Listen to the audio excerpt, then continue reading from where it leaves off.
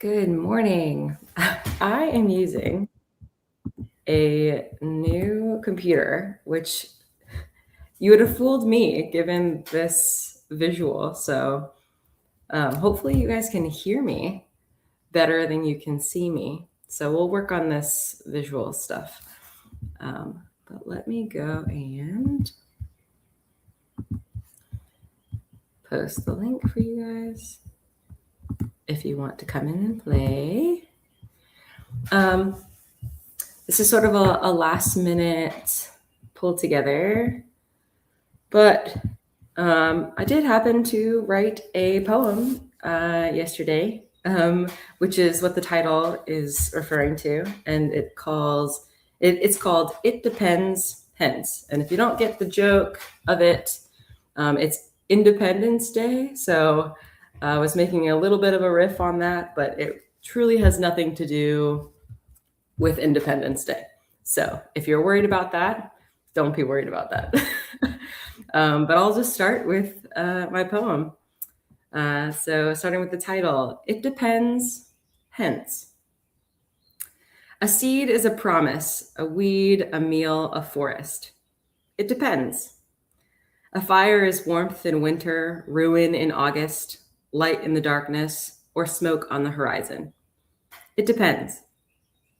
Silence can cradle grief or conceal it. A question can wound or awaken. A wall can imprison or protect. It depends.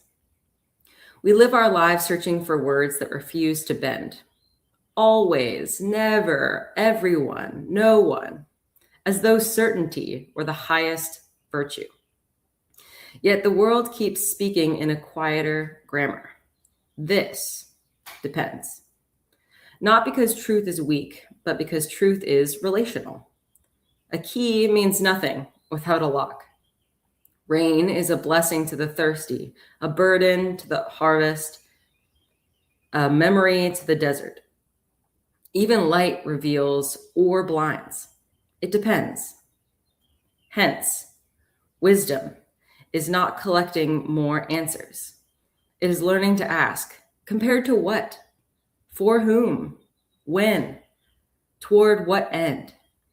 Because context is not the enemy of truth. It is the place where truth puts on flesh. Hence, the wise walk more slowly than the certain.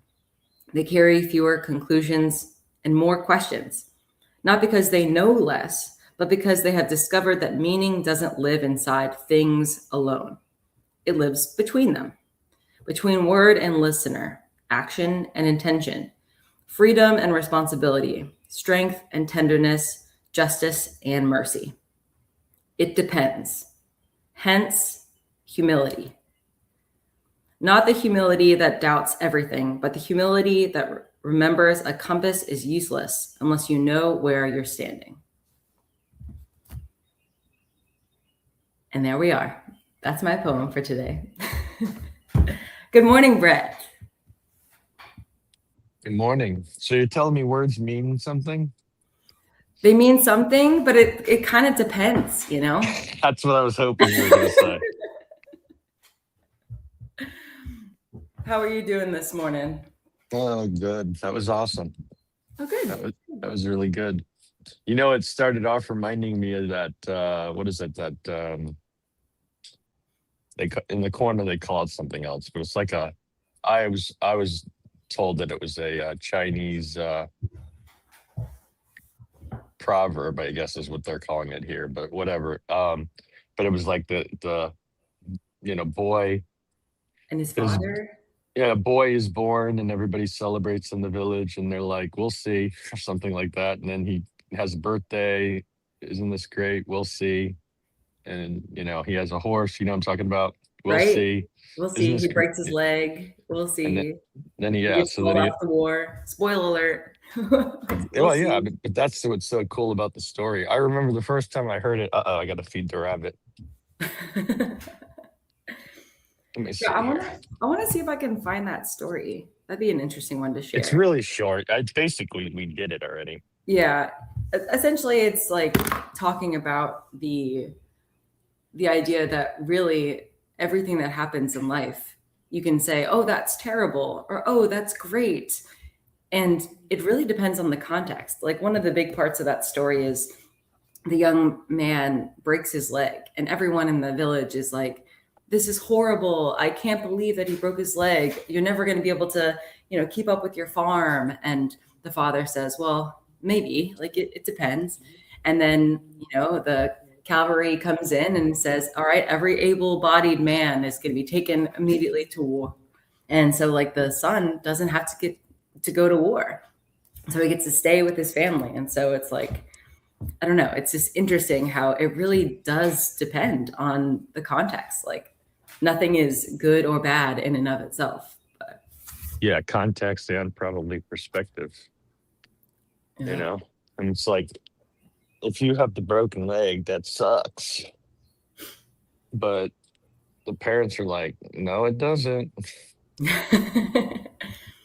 And I like how you said the perspectives thing. I think that is the thing. Well, I think that's been the theme, I think, for a lot of our conversations recently, is which perspective might be looking better or clearer or more right.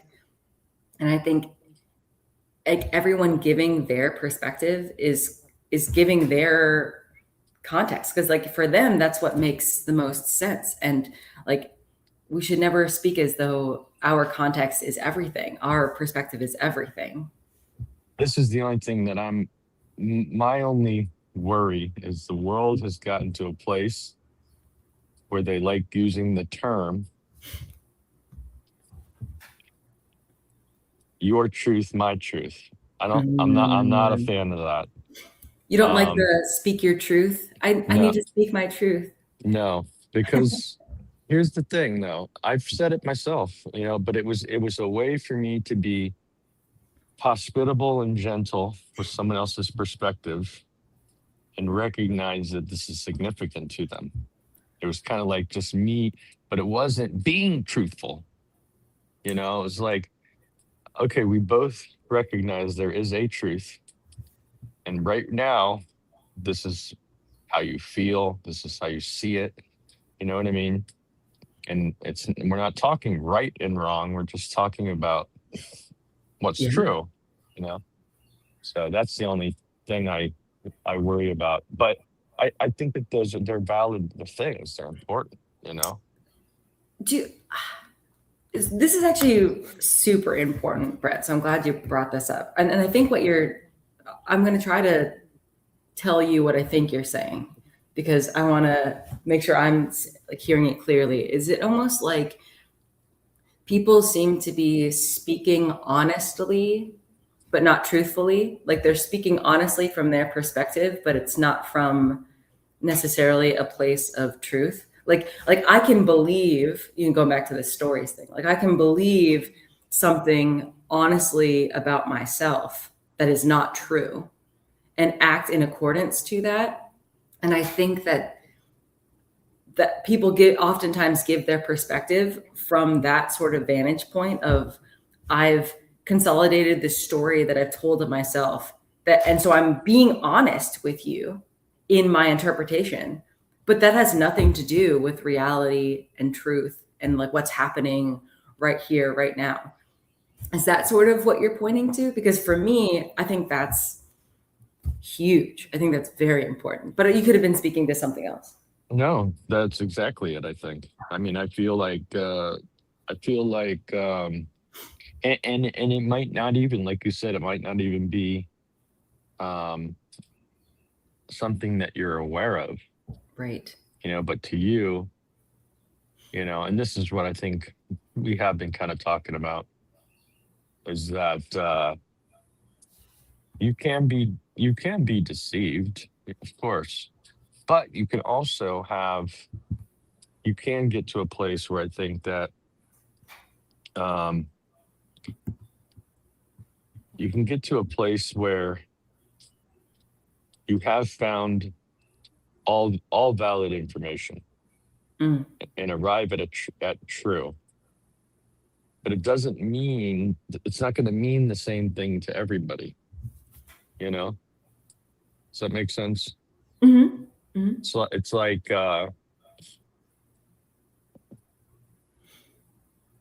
I don't want to use things that we've already talked about, but it's like this corner was a great example, and everything that's kind of gone on lately is that, we're new. The morning crew is new. The morning crew is new and newish, whatever. And even though we've been ear hustling the Ear hustle. corner for, yeah, for like a year and a half, whatever, how long we've been doing it. Um, Lucas said many times, this is a steep slope sometimes, to be able to fully pick up on certain things, that what they mean when they're saying certain things. But yet when I'm ear hustling it, I'm like, oh, I know what he means by this, and he's wrong. Well, maybe not, but when I get maybe more context or more like actually talking to him, I'm realizing he might be using something shorthand, even though it's applicable. The words may be applicable, but yet he's not meaning it in the general sense that I'm interpreting it in, and so it was contextual or whatever. So, this is why communicating I think is so cool. It's like someone can say, like my tradition, since it's easy to point back at me. Oh, you're, the chosen, frozen chosen, or you're so cold or it's so it's like, well, let me just share with you exactly, you know. And so at least some people were able to see what's the attempt that's being safeguarded, like, hey man, yeah, it's actually, there's an attempt at safeguarding God's sovereignty. May disagree, but Mm. to see some of the value of what is being attempted, it's not just somebody long ago that just decided they want to change everything. And this is, it's like, well, no, it's not, if it was just one person's opinion, it would have never taken off, you know. It's not like yeah, I often wonder in cult leader situations if the cult leader deserved all of the blame. Mm. It, maybe he manipulated people, but I don't know what culpability some of these people had in their own agency to be to have discernment, or was the or is the culpability assigning all of my agency out to this person that's charismatic that I'm just so in awe with, you know? Again, I know that's kind of maybe a bad analogy. My whole thing is that there's a lot of people that would go down that road, hence Yeah. a bunch of people ending up in a commune or, um, uh, you know, why the envelope gets pushed too far. It's like, I don't Yeah. know. No, what this made me think of is I had a conversation the other day. I am like fascinated with World War II and the Nazi regime type of idea, because for me that's like, this is where I see fallen stories fall to the deepest depths of potential evil, right? And so, like, I think about these stories, or even like, the most more current, like, Epstein file stuff, and like, these things are happening in the world, and either have happened or are happening in the world. And like the leaders of these movements, like, we can obviously say, wow, bad. We don't want to do that. Horrible. But then you think of like,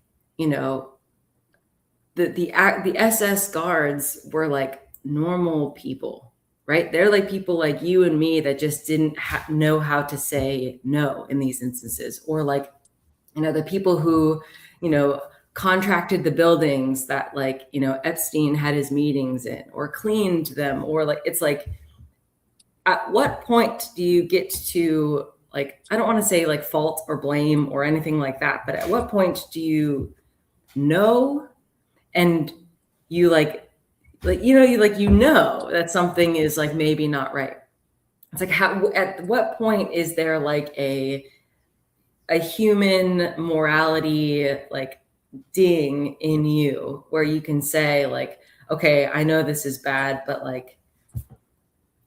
now I have to make a choice. Either I say that it's bad, or like I just keep my blinders on and I keep moving through the world. And does that make you a more virtuous, a better, a more moral sound person? Like, it's not for me to decide. It is not for me. I'm not saying that, but there does seem, for whatever reason, to be somewhat of a distinction there, and I don't think it's as big of a distinction as people are giving credit, if that makes any sense.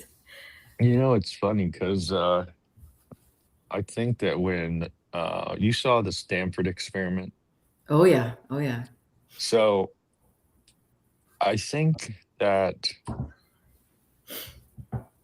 it's almost like when that experiment took place, everybody was like, see, Mm, you see, when you're in a group and you all are going down a road, you can't see. There's a psychological thing that goes on within a group that is like a wave that, like almost like an excuse for the behavior. mm, At least that's how I felt people were using that experiment as justification, for instance, for uh, the guards. Um, so I still don't think that they're not responsible. Still don't think that um, just because collectively,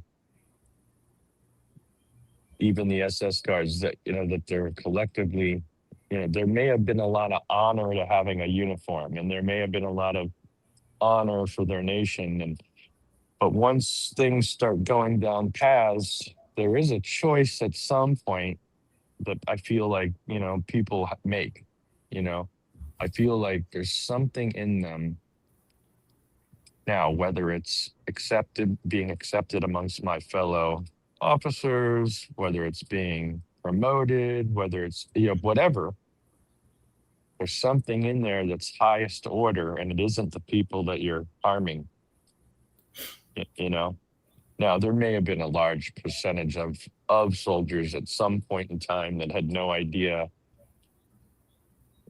what was happening, like as far as like where people were actually being taken. But you could kind sure. of, yeah, and again, all I have is movies and videos Right. of people getting treated poorly on the street.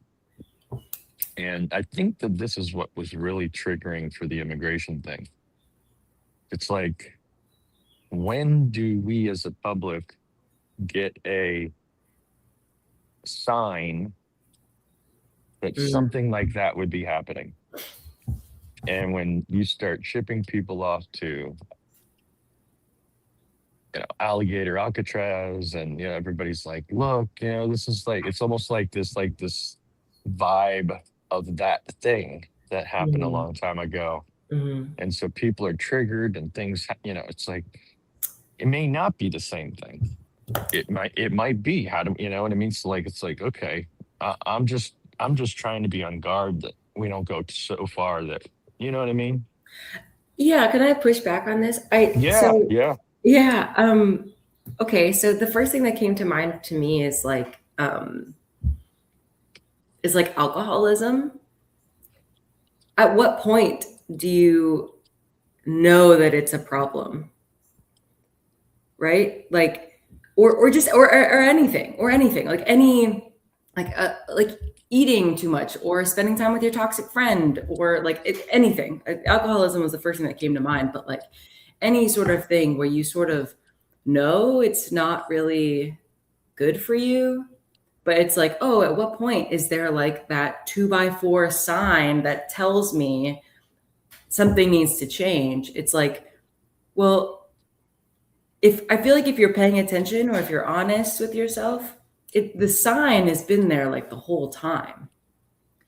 I think it's different with like society and all the social media and the literal distractions that they put in your face, but also, I'm sure like people who are struggling with their, bad relationship or their bad relationship with alcohol or whatever, I'm sure they have plenty of friends or people who are still saying like, oh, you're fine, or like let's go to the bar tonight, or like let's link up with this person. Like I'm sure we have those distractions, like still not quite as much as the media, but like how can we say in good faith, oh, I didn't know until I was hit over the head with it?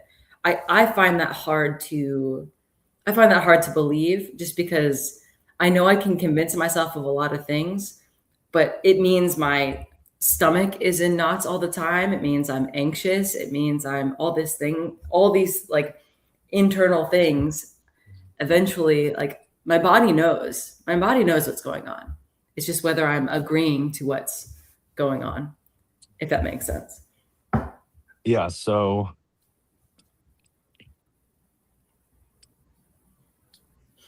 I was thinking about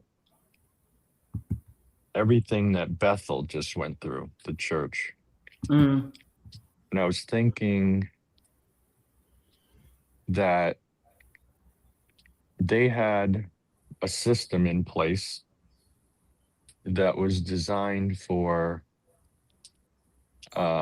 forgiveness, for leaders that fell. But the caveat to that was it seemed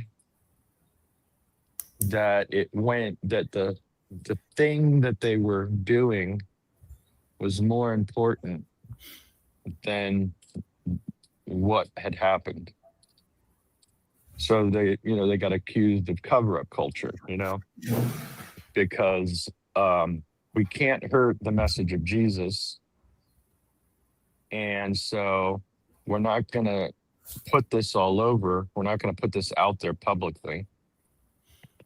And we're going to restore him through a process, this particular pastor, whatever, who sinned. But it's like there were people that were so supportive of their church. And then when there were people calling foul from the outside saying, listen, man, this is a problem. mm, We have witnesses, multiple witnesses that have come out about this person, and we're trying to get you. And they do this.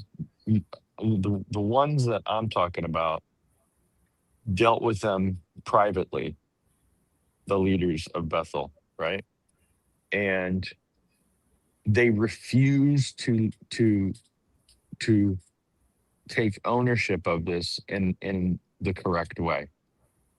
They were trying to do it their way, quietly, not, we don't want to harm this ministry, and that was more important.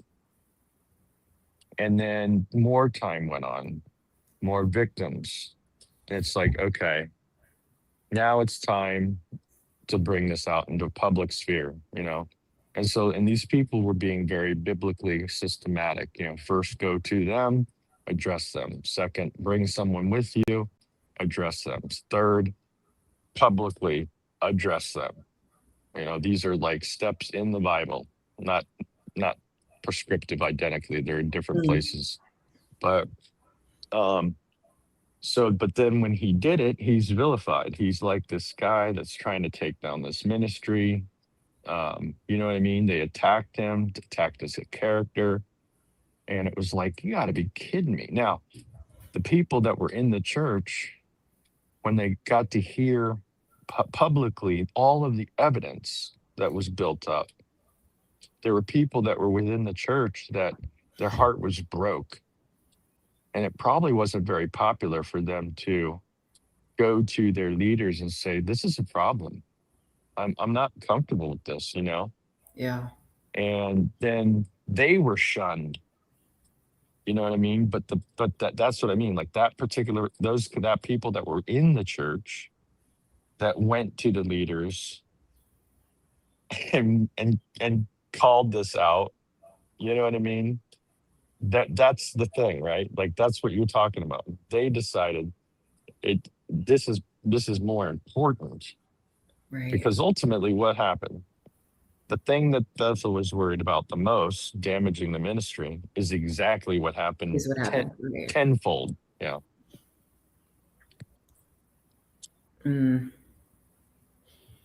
So I think there's accountability, but I also, again, I come from, whatever. It doesn't surprise me. None of it surprises me. Right. That's what we were talking about the other day. Like, I think it's interesting that we talk about these things as though it's not been happening since the beginning of time. Like, these are not new concepts. It seems like, to me anyways, it's manifesting itself in different ways. And it's like how to pay attention to that pattern, because I was trying to describe this the other day. Like, I think that human beings are very good at seeing patterns. They seek out patterns. Unfortunately, what we've been starting to do is we see this like tiny little pattern and we say, oh, look, I saw a pattern. And in my mind, that might just be another data point for a much, much larger pattern. And so I think we're talking about these small patterns and we're saying, look, this is what matters. And I'm like, yes, that is a pattern and that looks great. And you like described it super well and like gold star, claps, claps, but also it depends. Like that's like this, it might be something so small to something so much bigger. And then you have people on YouTube going, connection, exactly. And like, I am so, I think the reason why I say that is because like, I do that all the time where I'm like, oh my gosh, look at this thing that's a connection. And then I realize that like the person I'm talking on the phone with it's like so irrelevant to them in their world and like when I'm talking to them. And so like, I just probably sound very like selfish of, oh, look at me, I'm going to talk about what I want to talk about. But I think it's this major connection, but like only in my room, in my seat, in my little world is that a pattern that's worth mentioning. And I think we have to continue to realize that. But so I tried to make an attempt at doing this with I was on Mark Parker's channel. It was one of the first times I came on, and Digital Gnosis was on there. Now we had chat arguments, you know, not and then also comment arguments. But you and Mark, or no, me and Digital Gnosis. Okay. And he was like calling me out, saying, you know, well, you should be on screen, you know, like defend yourself, you know, and I'm like, well, I just saw what he did to the other Mark that was on Mark's channel, and how he was, oh no, I'm sorry, it was Scott. And he was talking over Scott. And it was like, I was watching the frustration of Scott. Like, I didn't know how to, I didn't even know how to describe it watching. I'm like, I felt bad for Scott. Like this, like the guy can't even get a word in edgewise, you know, and Scott just was like, I'm done, you know, like he wasn't going to deal with that. And I had said in the comments of that video, I was like, you know, he goes, he called me out. He says, you should have come on. And I go, I can promise you this, that was the most Christian thing I could have done, was not come on. Was not. And he said something, and I said, because I can promise you this, you won't talk over me. You know, I was so pissed about that. And And then, so then when I did come on, it was another stream. Mark did a great job moderating it. And it was more like, I let Nathan run. I let him talk and talk and talk because he's good at it. And then finally, Mark asked my opinion. Where are you coming from? And I laid out my thing. And my whole thing was, we have these micro perspectives. And it doesn't mean they're not valid because they're part of a big picture. You know, so this, what if you took that thing out, you wouldn't have the whole picture. So that it matters. Your perspective comes into play.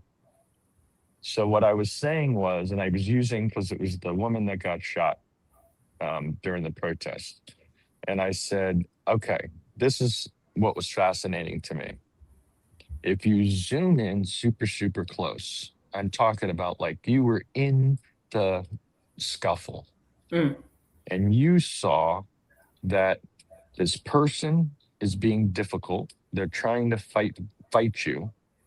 Okay. So this is the scuffle. And a gun is present. And somebody, gets the impression that the person's reaching for a gun. I'm talking about the guy, not the girl. Sorry, the guy that got shot. And a cop pulls out his gun and shoots the guy. Now that's super close to the situation. You can even get you're emotional in it, but because you're in the perspective. But then if you zoom out a little bit and you see the picture a little bigger, the cop went up and pushed this woman. The guy that had the gun that got shot stepped in to be in front of him and the cop to defend her, and which is a legal thing. She's getting assaulted, whatever. So, whatever. So now you have this bigger perspective of this guy trying to, how it all started was him trying to push the cops off of her after he had shoved her down, and the cop shoved her down, and he's trying to keep him off her. And then it turned into scuffle, and it turned into him having a gun, and it turned into him getting shot. But then you zoom out even farther, right? So like now the blame seems to change. Then you zoom out farther and you realize that whole street was chaos, right? Everybody was, it was nuts. When you saw wider shots of that, you saw the protests on this corner, protests over here. And I'm not just talking normal protests. I'm talking about people being physically ornery. And it was like, God, if I was a cop in that situation, there's this fear of everything getting out of control, and you're trying to rein in order. And so, like, you know what I mean? So now you have like this kind of like, oh, golly, man, I don't know. Like, what is the policy when you have so many people and very few officers trying to control a situation? And then you zoom out even farther, and now we're into the media sphere, and our little perspective is whatever angle they're wanting to capture to show us, to inflame us. You know what I mean? So my whole point with him is that it is all about perspective, and nobody's saying there isn't a truth. I'm just saying, like, sometimes it's important to take a beat and realize that everybody isn't nefarious. The protesters aren't always nefarious. The cops aren't always nefarious. Sometimes a situation happens and we don't have the right perspective at all. And I think I told them the story of the cameraman. Like there was a video, and I remember the first time I saw this, there was a suspect standing with his hands up and a cop here in the video. And the guy had his hands up and his hands started to go down just a little, and the cop pulled his own gun out and shot him.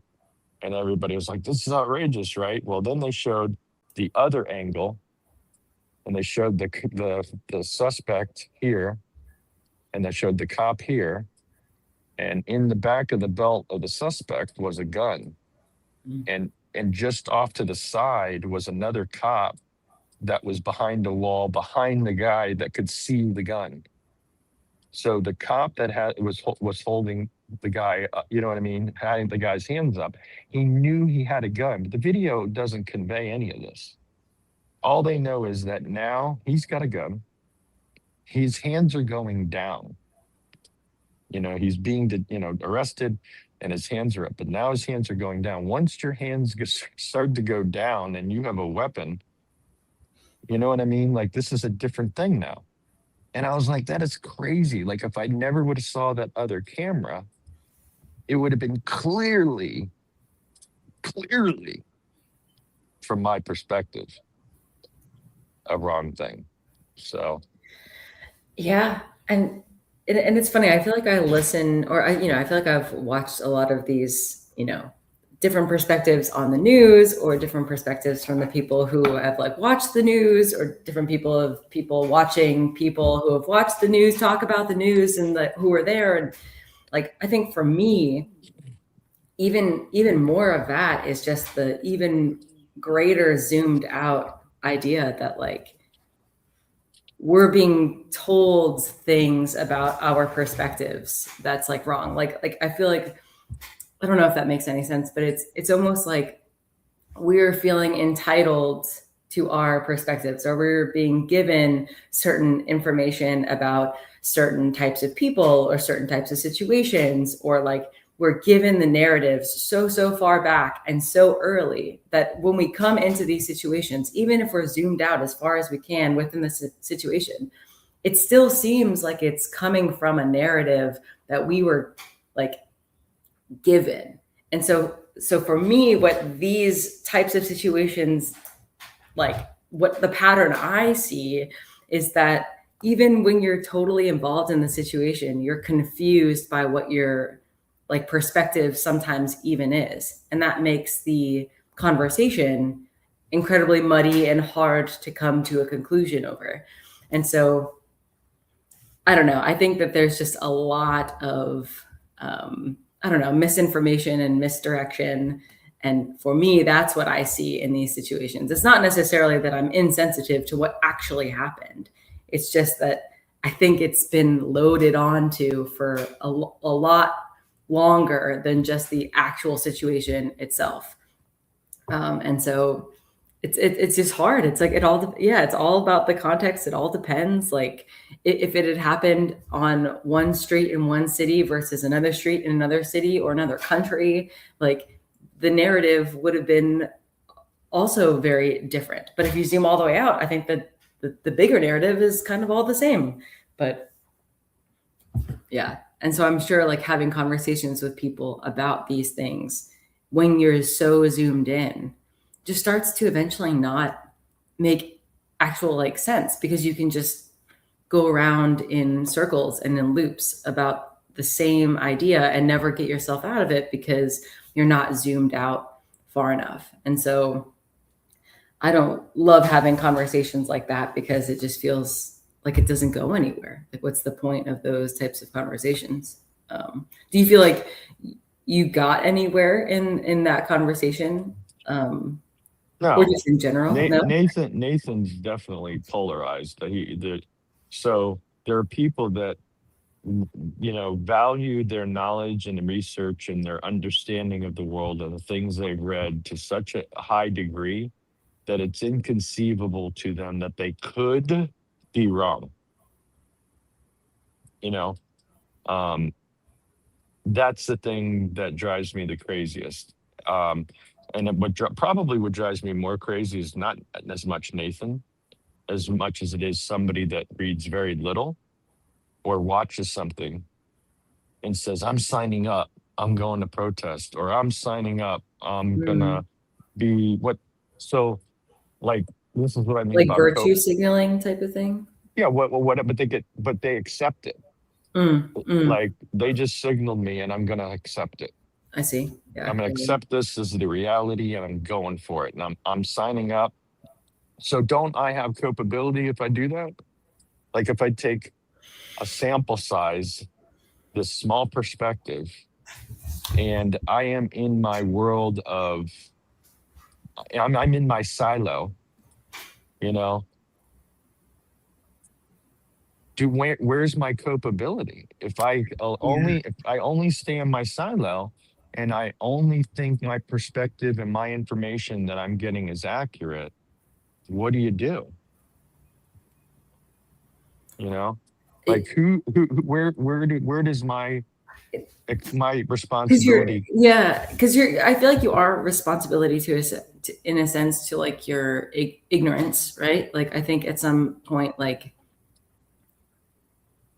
I guess how I see it is like you're not, the past is not your fault, but the Yeah, future is your responsibility, right? Because you yeah, can't do anything about what happened in the past. But if you're not paying attention, you can't really take accountability and thus responsibility for the future.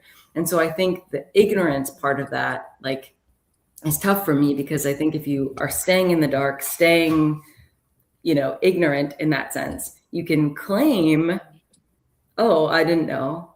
yeah, But again, it's the same thing. Like, I can say, oh, I didn't know, but like I had a stomach ache for like 3 weeks. It's like, okay, did you not know? Or your body was doing something weird. You just weren't paying attention to it, right? It's like, I think there's something about that where we just love to play the victim to our own circumstances. Um, and like I said, the past and what happened, not your fault. Future is only your responsibility. Unfortunately, however you want to look at it, it just that's what living is being able to respond to the world, responding ably. yeah. See, this is why, like, for me, it's like, you know, it doesn't surprise me the way the brain works and how intricate it is. It should, right? It's so fascinating. It's so mysterious, almost, even, you know. But yet, you've got, I've been, I'm not saying everybody has had this, but I've been in a place where I'm taking a stand on a particular thing because this is my perspective. And I feel like I got all the information, but somewhere inside of me, I get that. Could I be wrong? And I just push it away because of whatever I'm getting from this, whether it's validation, justification, making me feel good about myself and how much I know. Like, there's just so much hanging in the balance because I'm all in on it, that I'm not willing to see that smaller part that I might be wrong, you know? Um,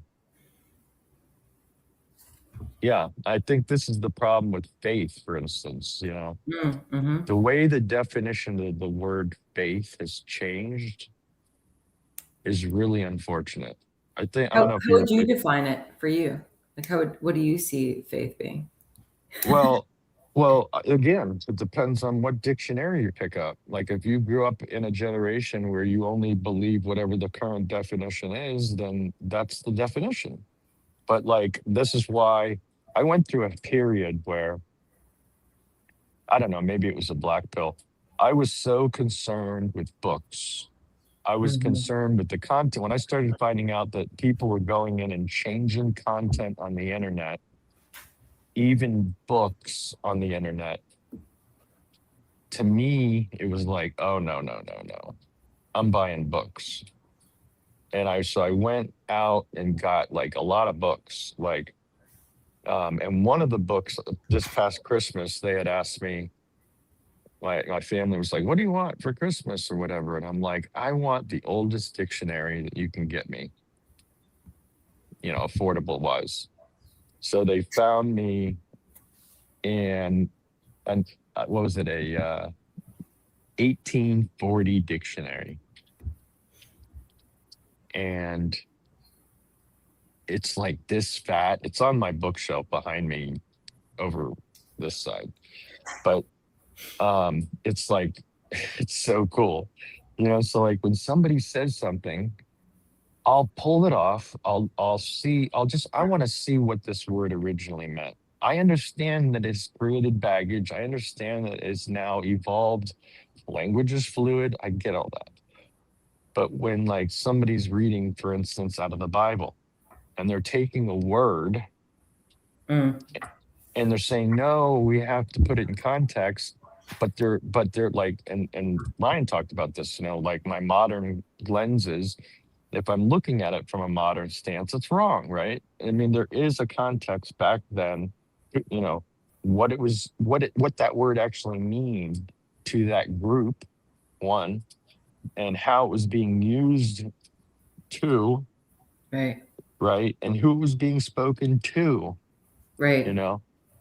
And so anyway, the whole deal with faith was the evolution of, I really forget how it was really during, I think it was mostly, and I don't want to attribute it all to the atheist movement, but the whole thing is it isn't like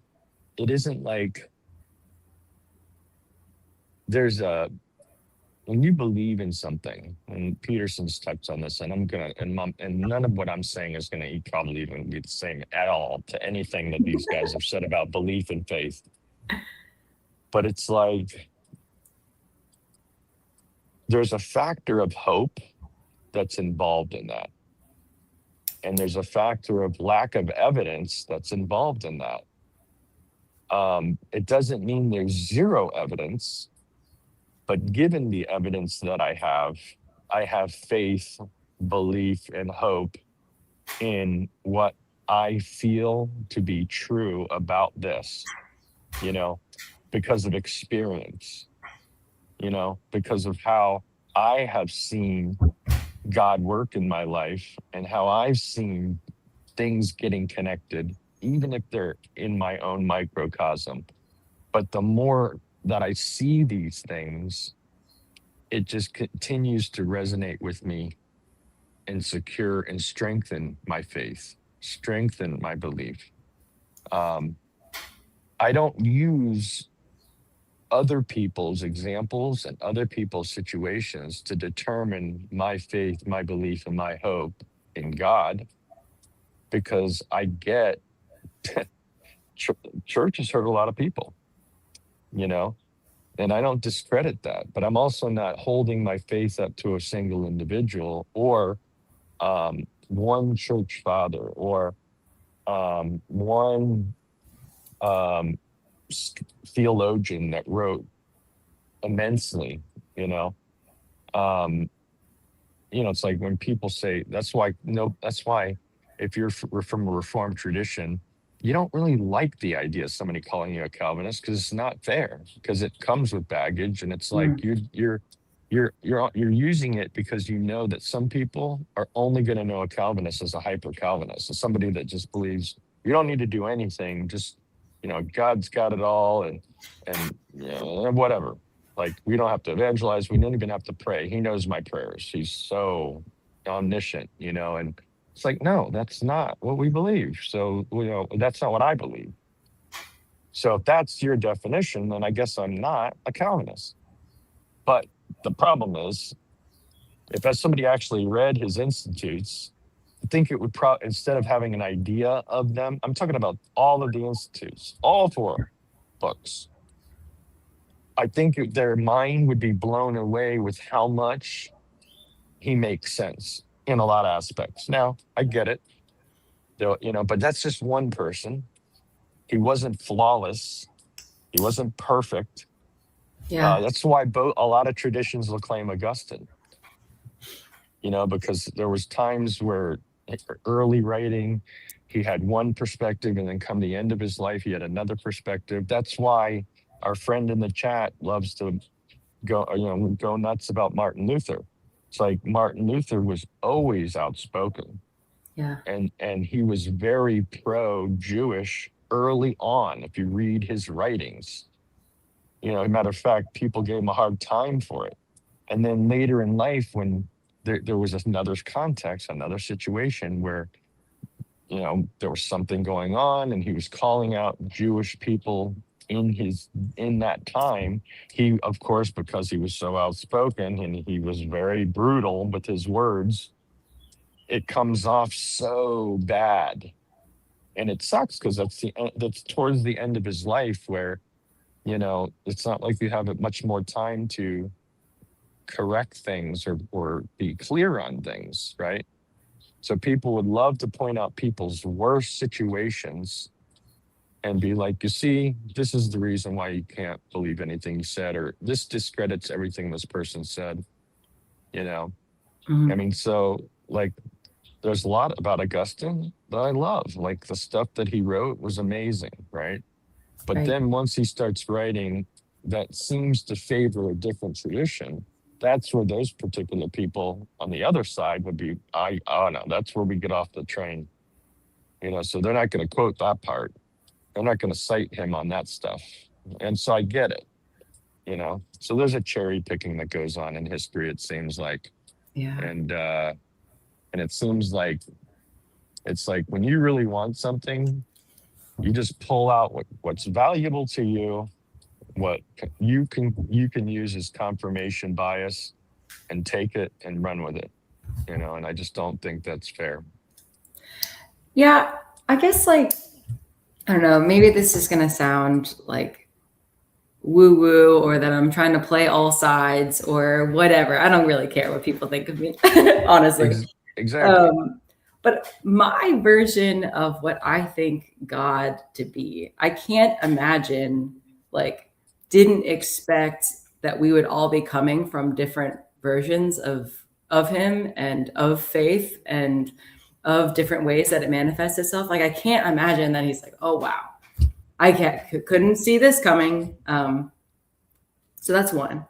But then also, like, not to systematize faith too much, but like I think about like a big company that has thousands of people working together to create a pen, whatever.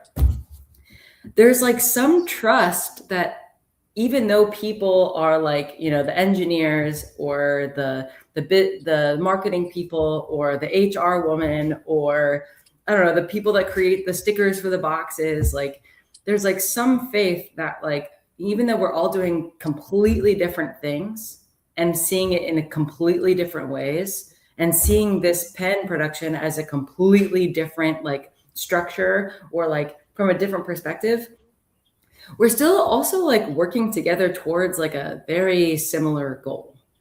And so, not to say that that's exactly what faith is, but something in me says like, I might just be looking at this whole religion and faith thing from an engineer's perspective. And like, I can look at the like stamp creator and say, oh, that woman is crazy that she thinks that the stamping part is the most important part of this. I'm the one creating the pen over here. But ultimately, we kind of need a little bit of both in order for it to, actually be productive in the world or whatever. Like, again, you can go as far into the metaphors and break it all down, and that's not the point. But I think there's something about all of these different perspectives that truly, I don't know, I think matter more than we're giving them credit to, but also don't matter as much as we're giving them credit to as well. It's something bigger than all of that. Oh, look at this. I caught another one. Mark. One day we'll get You him caught me? one day we'll get you educated. How you doing, Mark? We're not supposed to be on the same stream together. People get our pictures confused here. If is you that like leave, Ghostbusters when they I'll cross just the edit the streams little and, part out and they'll think it was just Brett the whole time or just Mark the whole time. How about that? So the Ghostbusters scene, don't cross the streams? It's bad. I thought you said don't cross the streams. What you Oh, got, wait, I Brett? have to smoke because Brett is. I don't take any guilt on that because he's a smoker already. I can pretend to if it makes you feel better. Can I just say, engineer here, generally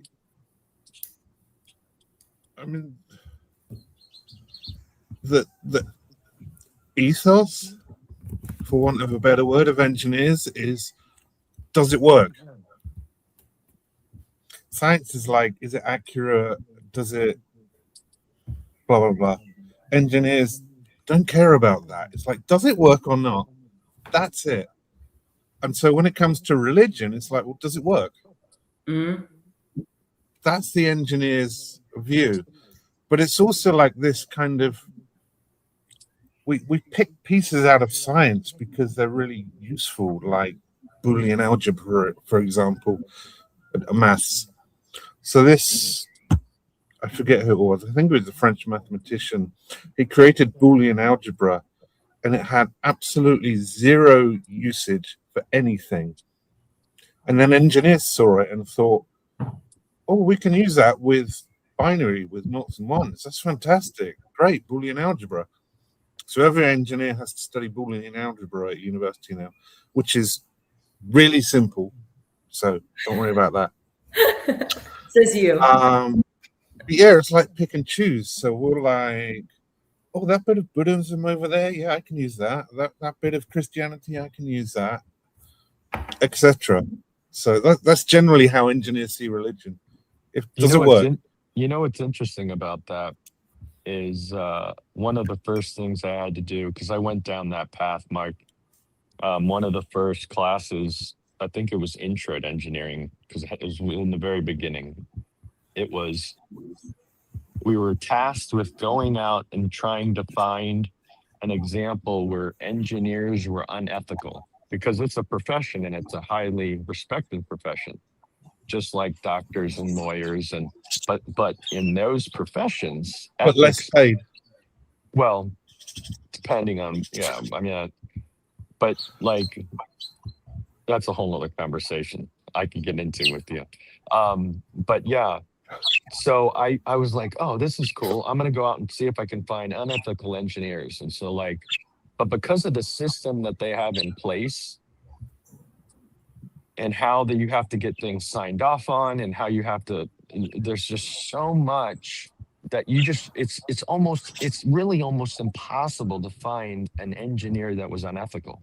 The closest thing I was able to find was the Army Corps of Engineers on the levees in New Orleans.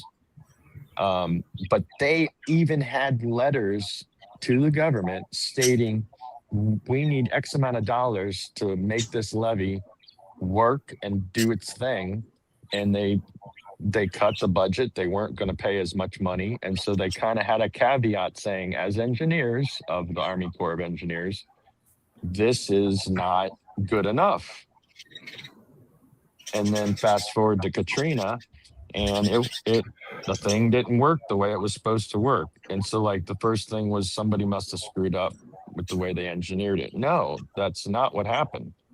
But that was the closest thing I could find. Now with lawyers and doctors and stuff, it has gotten way more messy, and it was like the ethics aspect. You even have the, what do you call it when a lawyer does something unethical? Like they have this process where, and you always hear the malpractice stuff. So there's actually a process that has been put in place for the unethical. You know what I mean? So it's just, to me, that's a fascinating example of.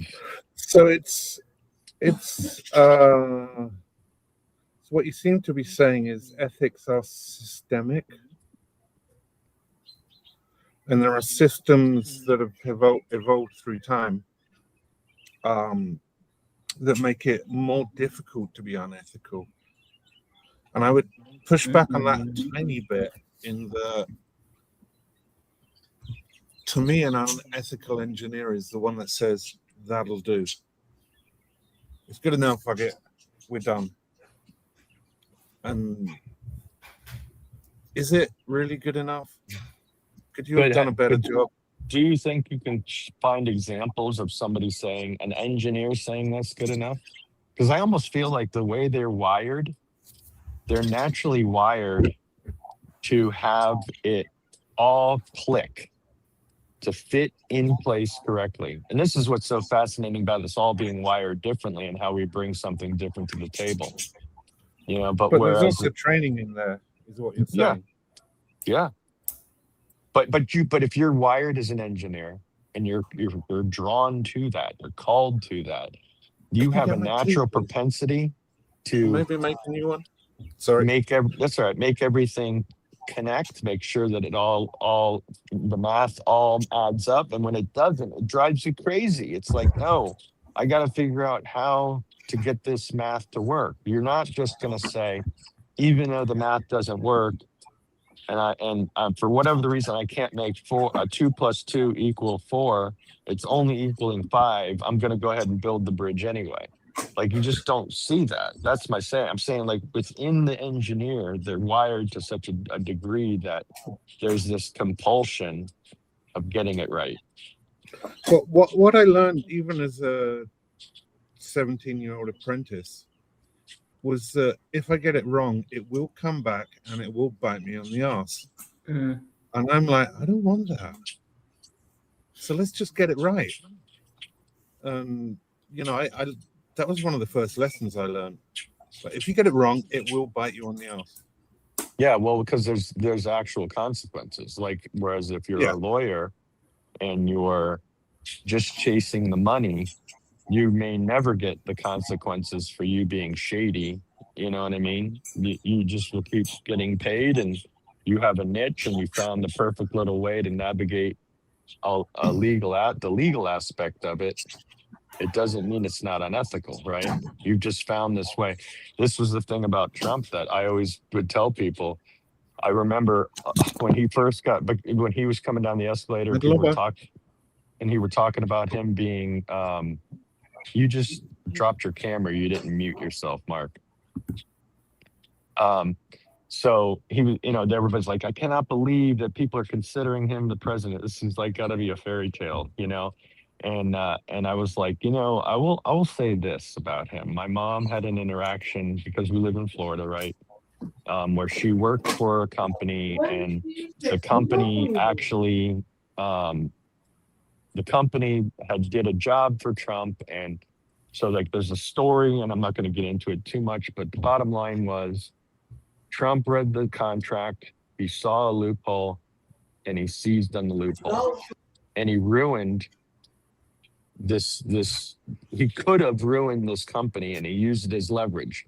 Now, what he did was 100% legal, but we would definitely say this was really unethical. Like, come on, man, just because it's legal, right?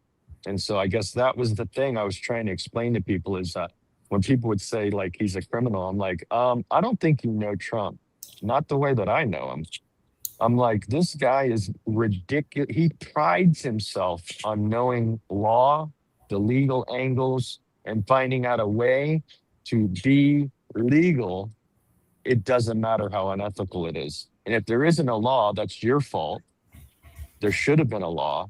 And therefore, but again, I'm not trying to make this a political thing. I'm just using it as an example where people take ethics. You have ethics and you have law, and like they don't see them as synonymous, Yeah, he actually announced this in 2015 when he was debating Hillary. And he says, no, I don't pay any taxes.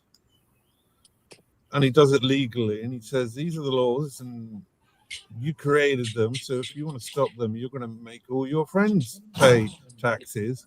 And you're not going to do that. Or words to that effect. It's like, yeah, they break the law. Sorry. Yeah, that's why he was so good at pointing out, like, the flaws of the system, is because he knew the flaws of the system very well. Like, again, I'm not saying it's admirable. I'm just trying to point out as an example where you come in from an angle and your bar is somewhere else, and it's not the same as the bar and how you're seeing things. And so, like, like, we're getting back to the Christian thing. It's like people have a line on where they see this is hypocrisy, and the more I see this, the more it's going to solidify my opinion on the church and Christians and what. It's like, well, because I'm involved in a community, you know, and I can see more examples of God doing great things in a community, Mm. and how it's touched me. Even when it helps someone else, it's touched me, or when people come and help me and it's touched me. It's like, because I participate, I'm able to experience that, right? And I think that's so special. But if you only go to a church for a month and you're like, I'm not seeing enough Christianity, or I'm looking at all the hypocrisy, or, you know what I mean? Like, judge, judge, judge, judge, judge. Well, yeah, I mean, you know, humans are going to be human. And I'm not trying to set them on a pedestal, but the longer I stick around, the more I get to know people, like what we're doing here in relationship building. It enables me to have a different perspective on where Mark's coming from, or where um, B's coming from, or where, you know, like, I'm able to see that they're not the sum of this one choice or decision or this one comment, or, you know what I mean? And I'm not jumping to that thing. Now, having said that, it It's helps called wisdom. yeah, well, my framework is set up a little different, right? Mm. My Mhm. formation is different. So now, like, as I serve, the closer I get to an inner circle of a church, for instance, these people that we are looking up to, right? Or that a lot of the church maybe is looking up to, but they're not getting that closer. They're not in leadership now. They're not, you know, where I'm spending more time with the leaders. I can see they're humans just like me. They're Yeah. flawed people just like me. They make mistakes. They don't get it right. But I know their ultimate intention is this thing. And I can see that, you know, and how they respond to uh self critique, you know, like, you know, how they critique themselves after they've been given, you know, hey, listen, maybe what do you think about this? You know, like criticism from someone else. And they respond defensively. It's like, okay, that would be a red flag, right? But if they respond to, this is something I got to consider. I'm going to have to pray about this. I really got to go into deep on this, and I got to, you know, process this. It's like, well, that's a guy that I want to, you know, and then how he comes back with a resolution, Mm. you know, um, or even putting his own discipline on himself in a way, you know, like, because he saw his error, you know. So, like, those are the people, like, the more you participate, you're able to really see people differently, you know. But again, it helps when I'm I'm not gonna go. I'm not gonna say why Were you about to say understood and then you grumbled as though like we couldn't understand the last word? Because that was situational irony. It was perfect there. So that was awesome. yeah. Can I just push back tiny weeny bit, Brett? Push. Yes, Mark. So I've said this a lot on my Substack. Manners, morals, ethics, law, they come from man. They don't come from God. Conscience comes from God. And that's what we should be striving for, not the other four. Don't you think your your conscience impacts morality?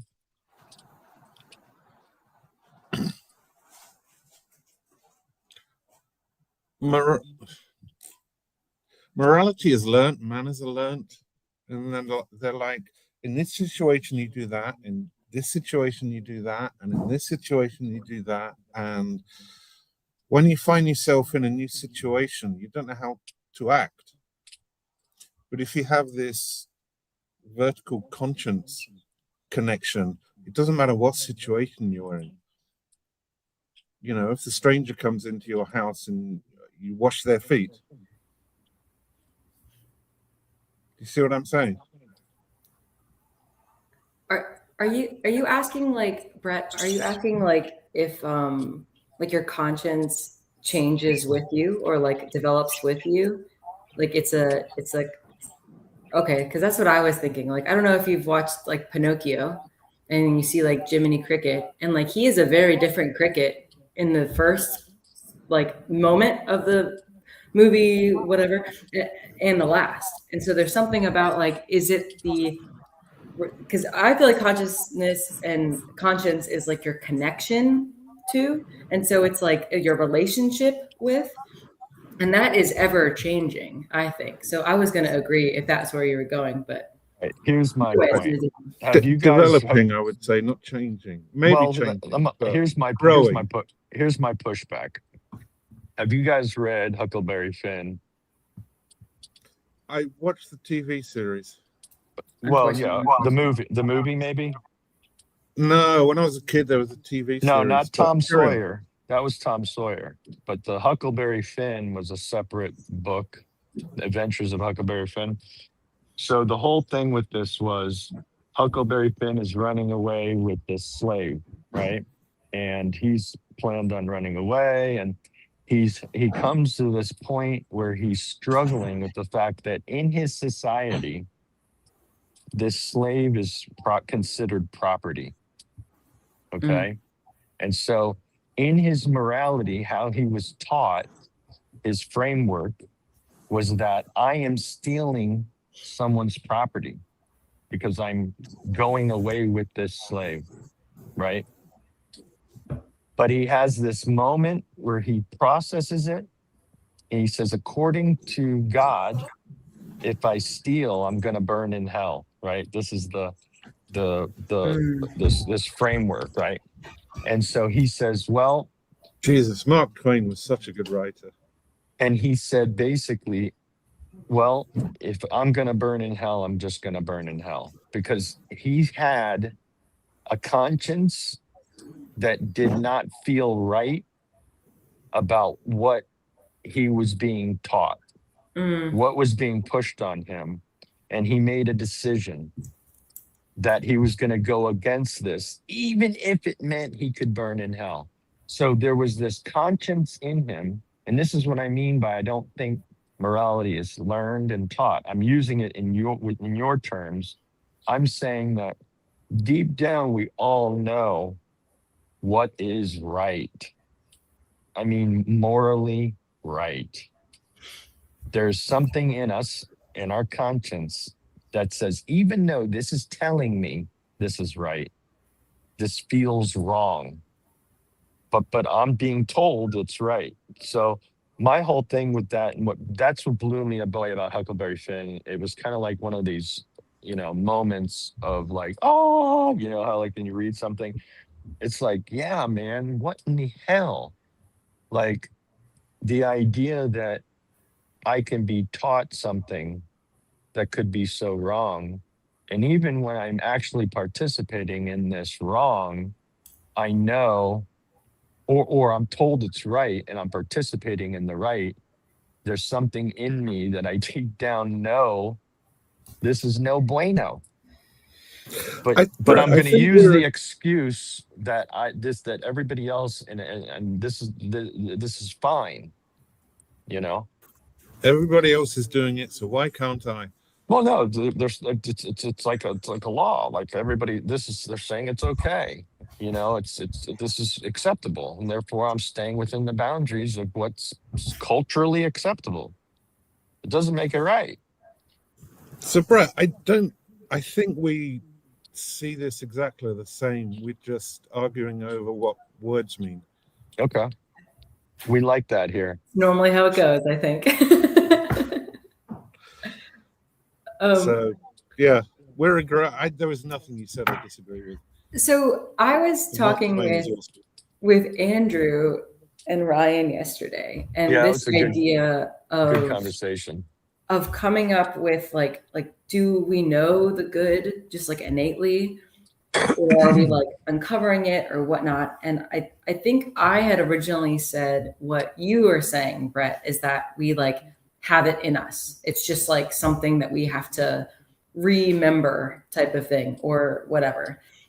And from what I could gather, it sounded like Andrew was saying that was like not the case. And I don't know if he was saying like learning versus whatever, but I think there's something about the way I landed on it was I think we are given the tools of being a vessel to have the potential to know the good always. But I don't think that we just always are like knowing. It's like we have to be open to the reception of the information coming through us, and then we embody that. But that's more of the stance I feel like I ended up taking after the conversation with Andrew. And I was curious how you guys, if you understand what I'm saying, one, and then also if you like agree or align with that or want to push back on that. And then also, hello, Stephanie. It's wonderful to see you. Hey, Steph. Girl. B, you just said you're an idealist. I don't go by definitions, but I trust you in the way you define me. I won't disagree necessarily. I had a conversation with Neil Daedalus, and I talked mostly about this concept I'm calling the wall and the garden. The garden being, for example, Garden of Eden, and the wall being the wall around it that protects us. Now, the problem is because we seek protection, we tend to build up these walls so high that even sunlight cannot enter, which is a problem because it's within the garden where we connect with God. And so what can happen is because we build up these walls, we lose this connection. We lose a connection with consciousness, with conscience, and we just do manners, morals, ethics. Hey, Al. And we kind of become ultimatums, and it's not. It doesn't lead us towards God. Let's leave it there and see what others have to say. Awesome. How was your trip, Stephanie? Nice. We're in Tennessee. Can you guys hear me? We barely can hear you.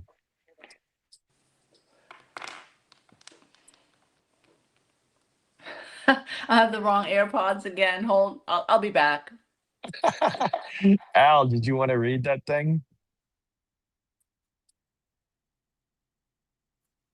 Yeah, no, not even. I was just meant. I didn't mean read Deuteronomy 5:29 on the air. I just meant it's exactly what Brett was talking about. It applies to exactly what we're talking about.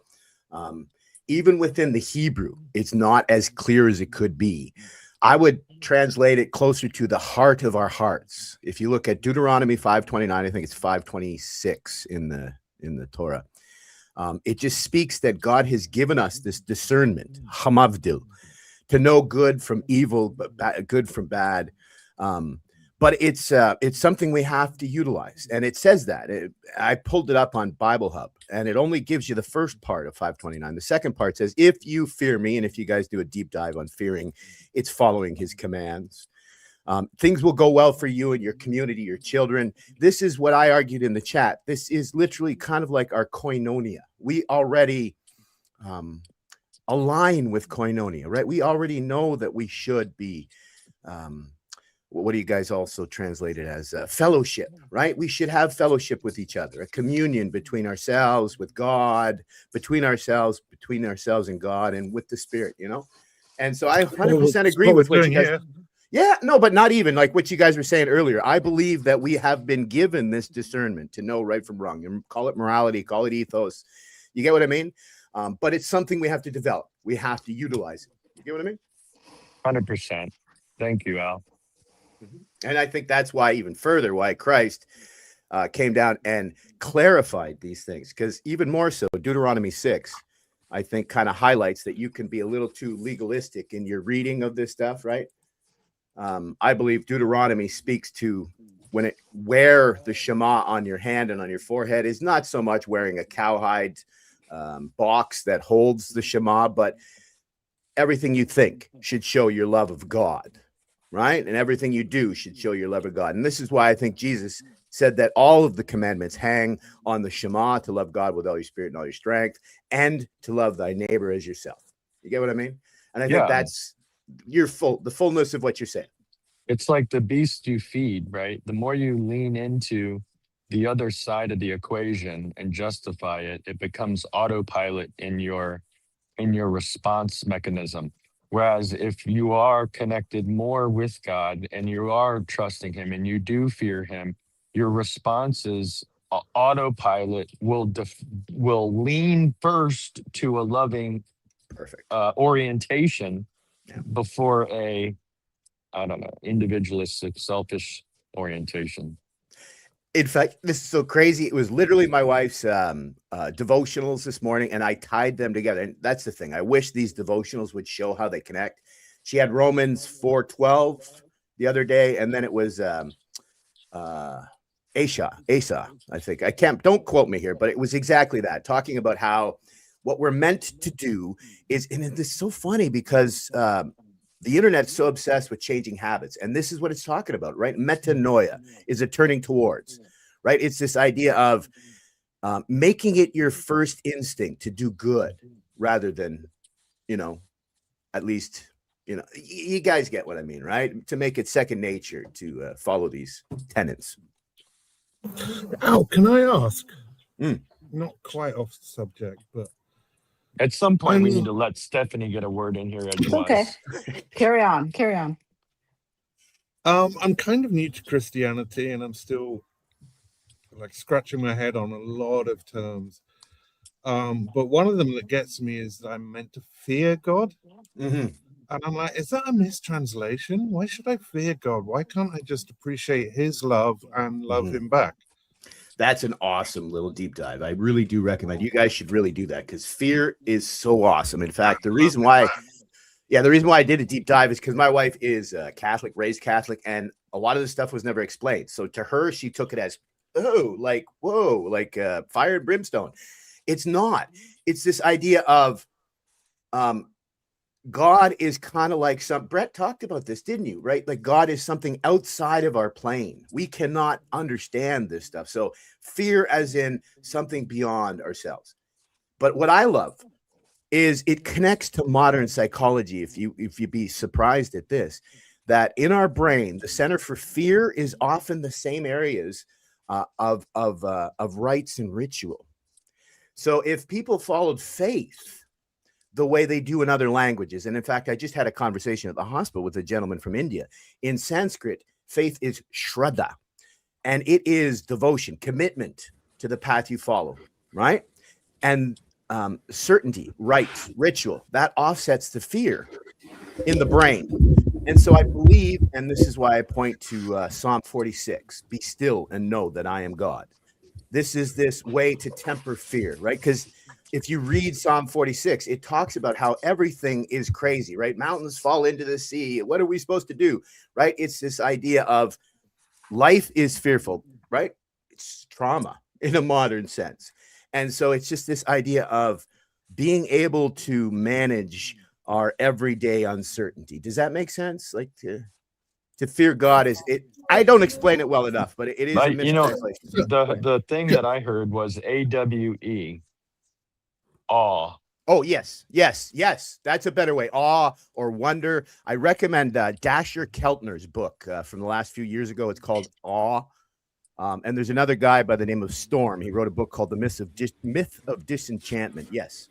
Brett is dead on. Think fear more as, my gosh, it's more than I can ever understand. So is it?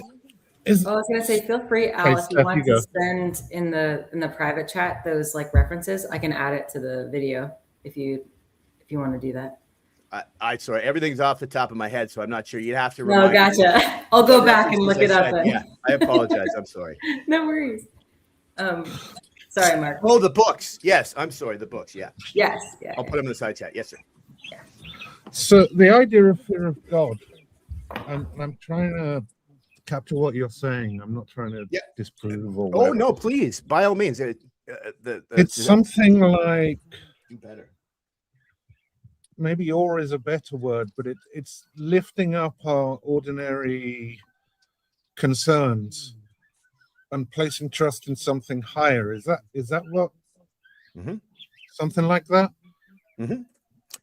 I mean, if I could just like tie it to, we are like, you guys know that expression from John. It's kind of like twisting, but this be in the world, but not of it. And I think it ties to what Brett was speaking before. Almost the entirety of the Tibetan Book of the Dead, which is actually the Burgle Thadul, which is the natural liberation in the between states. And the most important between state is between life and rebirth. But all of it is a metaphor for life. So the Tibetans say you have to live a good life, you have to attract good energy, because when you pass on that between state, you're attracted to whatever energy you nurtured in your life, right? Very much like the Christian idea. So if you spend your whole life being negative, which is very human, we have this thing called negativity bias. If you spend your whole life thinking about the worst case scenario, well, you will marinate your mind in that. And so when you go to a transition period, it doesn't have to be death, right? Metanoia. If you go to this transition period, you're going to tend towards the negative, right? The negative, right? And I believe that's what it's saying here, is this idea that we are predisposed to negativity. The world is uncertain, right? Because everything's impermanent and changing. So for our mind, this is why I mentioned Psalm 46. I believe it is, and it even says it, right? For calm and not certainty, but confidence in these uncertain times. Does that make more sense? Like, fear of the Lord is more like, I don't understand this power, but I will have confidence that if I follow the mandates, then things will go right for me and my children. Does that make kind of sense? And I'll go look for the deep dive of the fear. So why do we use the word fear? Because Yes, I'm going to get you that. Yeah, honestly, this goes back to the words they chose. Like, I did a deep dive just the other day about chesed, because that's in Asa, right? They sometimes translate it as steadfast love. Someone misunderstood when I said something about Luke, right? I said he has great passio for caritas. And I use those two words because they have multiple meanings: modern, passion, and love. Historical passio was something that consumed you fully, right? So in this case, it would be living God's mandates fully, right? And caritas is so much more than love, right? Even in the modern sense, we invented a word to translate this, right? It came from the chesed in Hebrew, which was covenantal love. But it's this idea that no matter how many times we transgress, we will still be loved. And it came down in English. And so here's one of my favorite lines: Corinthians 13:13. Two translations in English. We're getting a lot of love. background noise from somebody. I don't know who it is. Somebody can mute. Oh, yeah. Sorry. So Corinthians 13:13 is faith, hope, and love, but above all is love. Sometimes it's charity. And I argue this is where this mistake comes in. So when they translate the Bible, we, for some reason, never explain it to the average person that it's always interpretation. It's not really translation.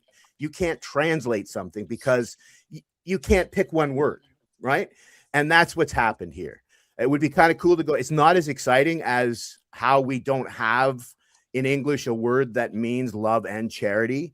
The fear word is not as exciting as a deep dive, but it is interesting. They flattened it to make it as simple as possible because, I mean, arguably, how big would the Bible be if we used multiple words for some of these, right? Because I argue it should be faith, hope, love / charity, but I'm pedantic, right?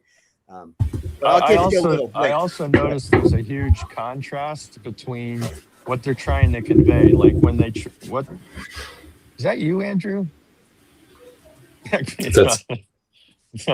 There's a huge contrast between, like, when they use Esau, Jacob I have loved, Esau I've hated. They're trying to explain this huge contrast, but they use this word hate, which had all the baggage, but it just meant really love different. And it's almost like the fear thing is like, what do we fear? We fear the thing we don't understand. And I think that's what Al was kind of getting at. It's like you're trying to explain this contrast of, and so unfortunately in our modern eyes, we have baggage with the word fear. Oh, you explained it better than I did. You're dead on. It's about unhealthy fear versus healthy fear. Yeah, like the words yira in Hebrew and phobos, right? Exactly. Brett's better at explaining this than I. Yeah. Well, on that note, I fear that Stephanie and Andrew have not talked yet. So Yes. I will. So I'll have Stephanie go first, and then Andrew, and then also I've got a very quick thing. Sorry, Okay, not to yeah. just on the chesed, and it's very, very scholarly. We had a description of it from a previous pastor who would pronounce it. He's like, he was trying to explain the Greek, and it's chesed, and he was saying it was chesed. And in South Africa, like with an accent, it basically became God's chesed love for me. He chased me down. So the chesed became chased. So the description of God's love is He's never stopping, never giving up love that will just continue to pursue you and capture you. And that's what I always think about when you think about chesed. It's, hey, He chased me down. And that's my... It may not be too scholarly accurate, but it's something of a description of it. Love it. All right, I was trying Steph. to remember why I felt compelled to come on, and the conversation's gone so many different places since I've come on that I have forgotten. Redirect us. Make it relevant for you. It doesn't matter about what they said. Who cares? I think everything. I thought everything was relevant. Just I was thinking about the conversation where it was this morning about the law. I guess this whole idea of the law and just law, unjust law, and do we have the law? Did God put the law in our hearts? And all that. And I thought it was really interesting, the conversation, Andrew, you, Megan, and Ryan and Claire had yesterday about the law, because the law can only show us to me, it feels like the law can't make us right. It can only show us where we go wrong. Right. So that's been on my mind. How do we, how do we seek something higher and better in the relationship with God? So anyway, this is taking it back to yesterday. But people wanted to know about my vacation. So I will maybe take us back to the mundane for a moment and just talk about what a pretty state Tennessee is. We were there for the first time, and we spent some time with good friends, old friends, who are considering a move in their retirement, and asked us to come with them to look at this community in this area and give them our opinion. They live in the Midwest and on a farm, and it's time to, give that up for them. So we had a nice time, and people were lovely, and weather was great, and we were able to take our dogs, and we had a great week with them. So I was grateful for that. Anyway, so back to important, loftier things that you guys are Thank you. discussing. Thank you for sharing, Steph. We I'm appreciate it. not sure. I think going on holiday and just talking about life is probably more rich than this philosophical nonsense that we spew out. But that's just my opinion. But there was one thing you said, Steph. In engineering, we call it feedback. We only notice our conscience when we do something wrong, in my experience. It does gnaw at us, doesn't it? But then I was thinking about, but somehow we're not born with a conscience. Little children left to their own devices are quite wild and very selfish. And our parents and other caregivers do impart that. Oh, my dog, I would break my back, but I am tempted. Finley, come here, baby girl. Come here. She's like, what is going on? Come up here. Come. Hello. Okay, Oh, we'll yeah. do it this way. Brett, We'll where's do it your this way. cat? She's your bunnies. inside. She's not even at the door. Oh my goodness, look at that. I never knew you had a dog, Mark in Tbilisi. But yeah, so where does that conscience, it does develop, and our formations, our parents and our caregivers and others, but right, that our religious formations do play a role in that. I don't know. So that's been on my mind. Like it's put in our hearts, but by whom and when, and then it morphs over time. As Gurdjieff says, we have We are born with a soul in embryo, and it has to be nurtured and developed. How we do that isn't quite so clear. You know, it's funny because it's like the idea that your sins or your lifestyle that you choose is passed down generation to generation. And so, like the sins of the father, right? They kind of talk about that and how.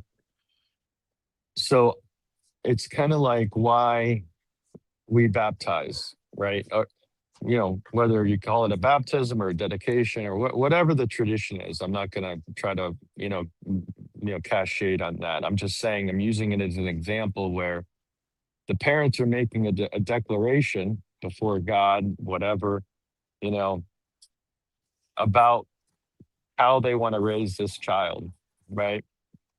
And so it is interesting because, like, when you do watch now, whether like what Stephanie was saying, like when you watch two toddlers playing and one toddler takes a toy from another toddler and it's because they want that toy, but then the other toddler starts crying and that toddler sees the other toddler crying. It's like all of a sudden something compels this toddler to stop the crying and like gives back the toy sometimes. Like, I'm not saying this is every scenario. It's not like it's like a scientific, I can show you this. So I think there's an interesting correlation between the way that even in the innocence of a kid, they don't like that either. They don't like seeing what their action harming someone else or affecting someone else. They know what crying is. They know that's not good. Or the other toddler hits them, and then right. But it has the same effect. Give the toy back. Yeah, I mean, but I mean, it's like there's these things that definitely are inside them, that they're reacting to. And I don't know if it has to do with like generational curses or what, I just think it's an interesting,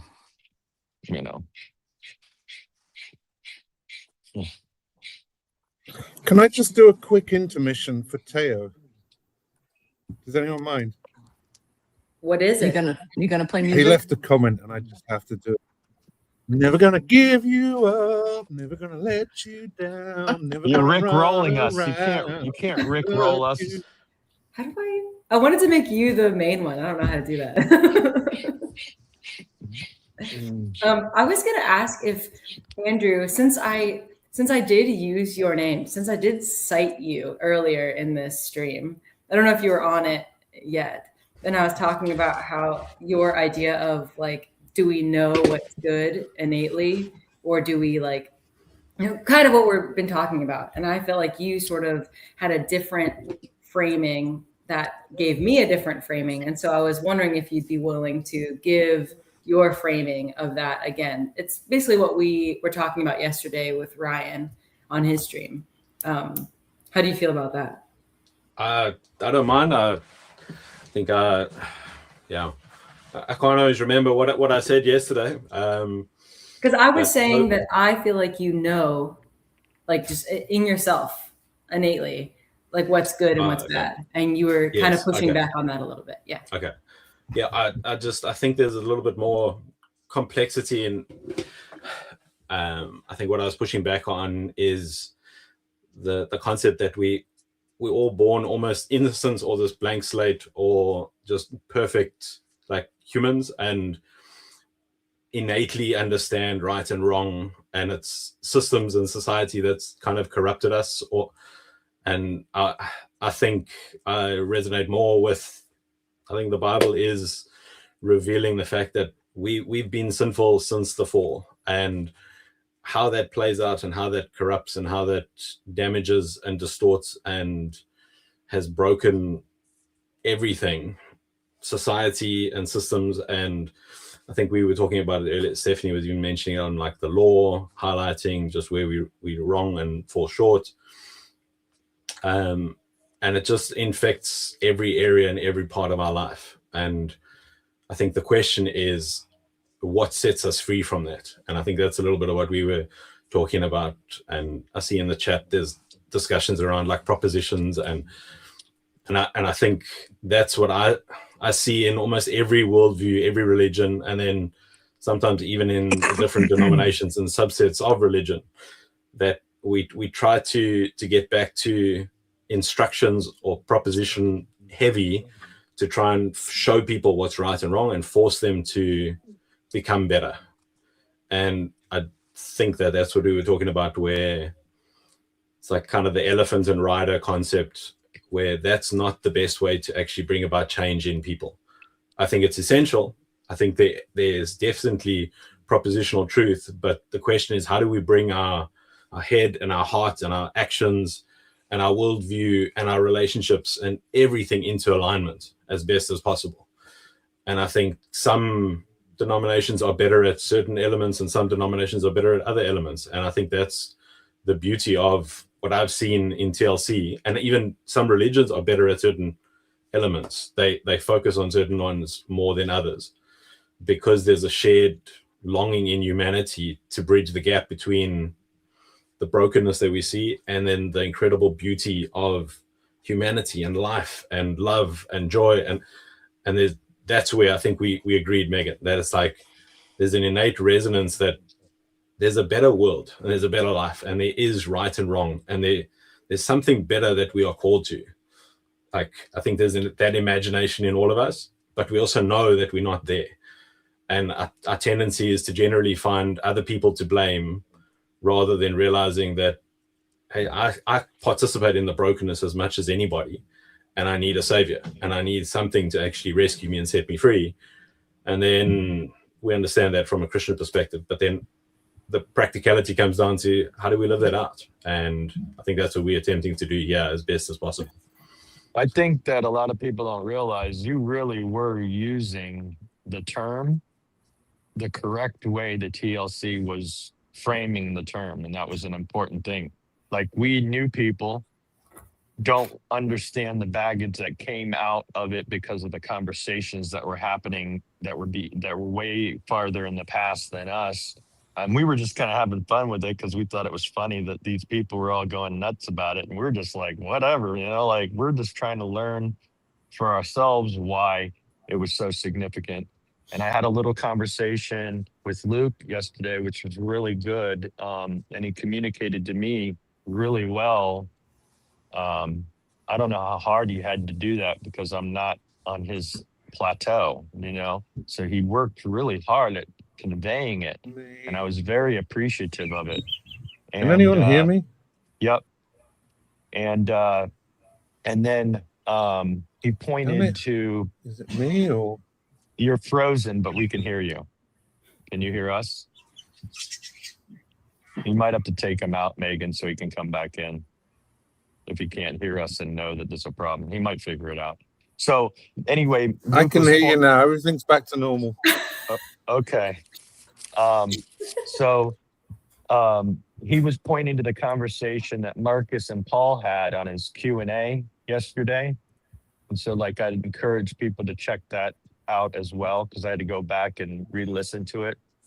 Because Marcus is very similar to Daniel Gardner in a sense that they are super deep thinkers. And so him and Paul were moving really, really fast. And I kind of wasn't actually, when I was listening to the Q&A, I wasn't as focused as I wanted to be I wasn't prepared for when Marcus came on. So I kind of wasn't able to dial in. But then when I went back and listened to it, it was helpful to understand what they were saying, because they weren't really using the same words we were using in the overall schema of things. And they were coming at it from a different angle. So that's kind of why I didn't clue into it quick, but I think that's a really good conversation. But I applaud Andrew on the whole, the irony is you were way more on point with how the TLC understood it to be because I think that probably because you also have been heavily you've tapped into the Jordan Peterson and the Vervaeke dialogue probably more than any of us in the morning show. I think maybe I'm wrong. Maybe there's other people that I'm not privy to that, like with B and Scott and some. I don't know how deep they've gone into some of their stuff, but I think that was kind of. I just wanted to say that. Can I ask Andrew? You mentioned Elephant and Rider something, and I don't know the reference. Could you expand on it, please? Oh, sorry. I think it comes from Jonathan Haidt.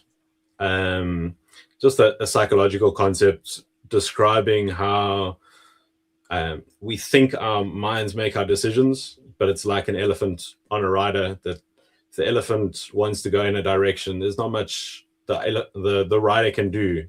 He just kind of has to go along for the ride.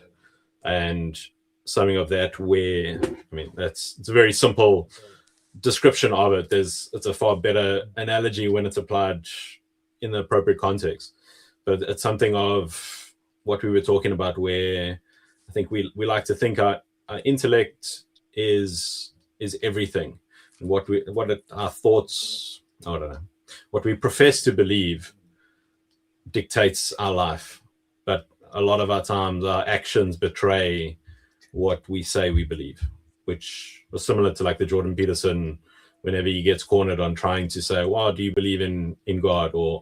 And it's like, well, it depends what you mean by believe. And I think it's all tapping on the same thing, where I think the culture is searching for genuine and authenticity and honesty in people. And I think there's a lot of different terms for it. These were just the terms that I was familiar with, without potentially some of the baggage that they came with. But I think there's a longing from all sides of political spectrum and even religious spectrums of trying to get people to actually be honest. They've grown disillusioned with experts and leaders professing one thing and then doing something different. And I think it's a helpful correction that we're seeing, trying to point people more to maybe bottom-up systems, local government, local application. And then I think the personal dimension is it's like discipleship from a genuine relational perspective, rather than, I don't know, maybe more mega church or institutional denominational like systems. Anyway. Yeah, it goes back to the Thank you. Zennies and all the way back to the Chinese. The Chinese originally called it the oxen rider. So it goes even deeper than that. I would connect it with William James, what we were talking about before. William James saw this. He was inspired by Nietzsche, believe it or not. Nietzsche called it ressentiment, which is taking a French word, which means to resentiment, very much like you remember. But what Nietzsche was getting at was essentially like trauma, which is interesting because in German, Traum means dream, and trauma is just a previous experience being lived in the now as if it were happening now. But the oxen rider, the elephant rider, is very much, and I find it ties to what Brett was talking about, how he said we're meant to rebuild the world, the brokenness. It's very much the dark night of the soul of St. John. But for me, it connects to this ressentiment, that if you think about Genesis 3, right, we left the garden, and I believe the quote is, we would be as gods if not for having eaten of the tree of life. Right. So we have this ability to know right from wrong. It's right in Genesis 3. Right. But we have to engage it. We have to use it. And this is what Nietzsche was getting at, the ox and the rider. So it's not just, are we being led along by the ox or the elephant, but it's also, are we being conscious to what's really going on? Right. Are we present, and are we engaging with what's going on? Or are we being very lukewarm, or what's the word I'm looking for here? Not actually present. Do you get what I mean? So it's being a conscious agent, if that makes sense, right? Are you saying that there's more? So from sorry, quickly, Andrew. Sorry, Go for we're it. gonna go. Grow a beard. You two, B and Stephanie. Sorry. I've loved this conversation. So you all have a good day. Mwah. Yeah. See you, Mark. Bye. I'm still listening. Yeah. I'm just chopping Did off. he just tell us to grow a beard? Yes. That's what I heard. I think that was Wisdom. directed at me. Let's hope. Let's hope. So I was Yeah, go. you threw in an interesting thing there with Nietzsche.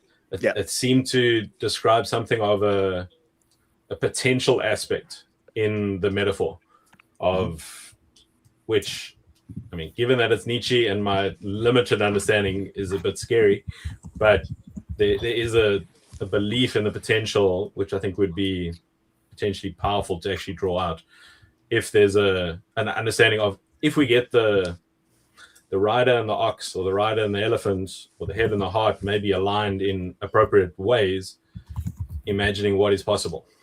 Am I understanding that correctly, or was that yeah, sure. accurate part of it? Yeah, absolutely. I mean, I'll try to get you a link so you guys can look at it here. But it was originally a series of paintings, right? And it's 10 series of paintings, right? And originally it was ox and rider. So originally you're just riding the ox, just wherever the darn thing's going to go, and it slowly progresses. And it's very much exactly what you're pointing out. And I like to quote Carl Jung in his Modern Man in Search of a Soul, because I think it matches to what we're talking about here. The potential. Nietzsche inspired Carl Jung. This is why I'm saying this. Jung said, modern man stands at the edge of a void. And that's what he meant. The void is a potential, right? So the ox and the rider is talking about not just realizing your potential, but also learning how to use that discernment. You get what I mean? Like learning how to, at first, not just be a blind rider, then learning how to ride with the ox.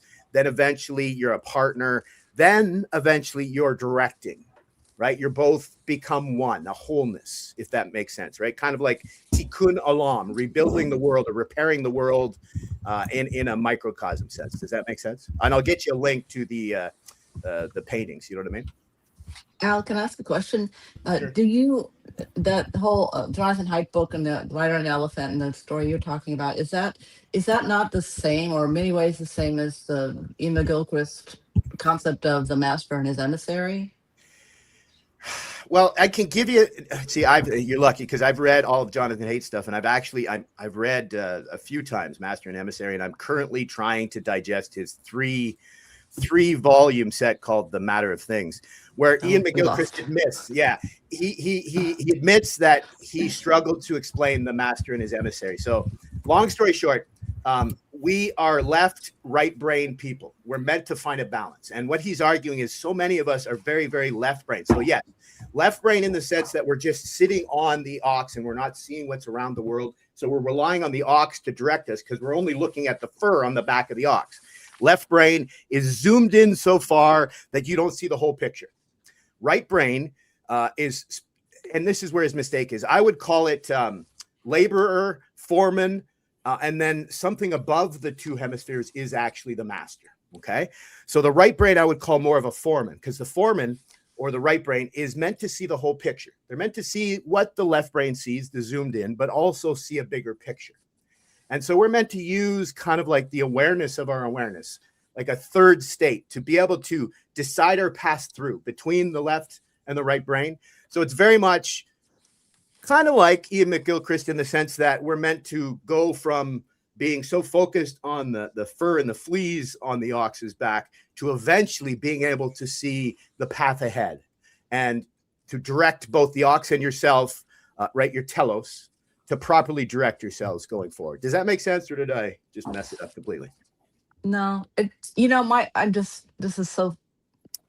I'm just not at that level, and I think I look at it as when I I With pray you, to the Holy Spirit. I pray for the Holy Spirit to give me wisdom. That's how those are my simple words of how I maybe try to look at that same concept. But I'm going to make room, Megan, for somebody else to come in, and you guys have a great rest of the discussion. You're awesome, Steph. Welcome Thanks back. for coming on. We'll be chatting soon. I'd love to figure out how to get out of here. Okay, bye. Teo, that's your Morning, move. y'all. You want to come back on, buddy? Hmm? If Teo Teo. wants to come back on, Teo. Hey, Luke. I never know it right. Hey guys. Yeah, I think Al, what you were saying, I mean, I wanted to pop on number one because I don't think I've ever been on a B stream. So, that's always fun.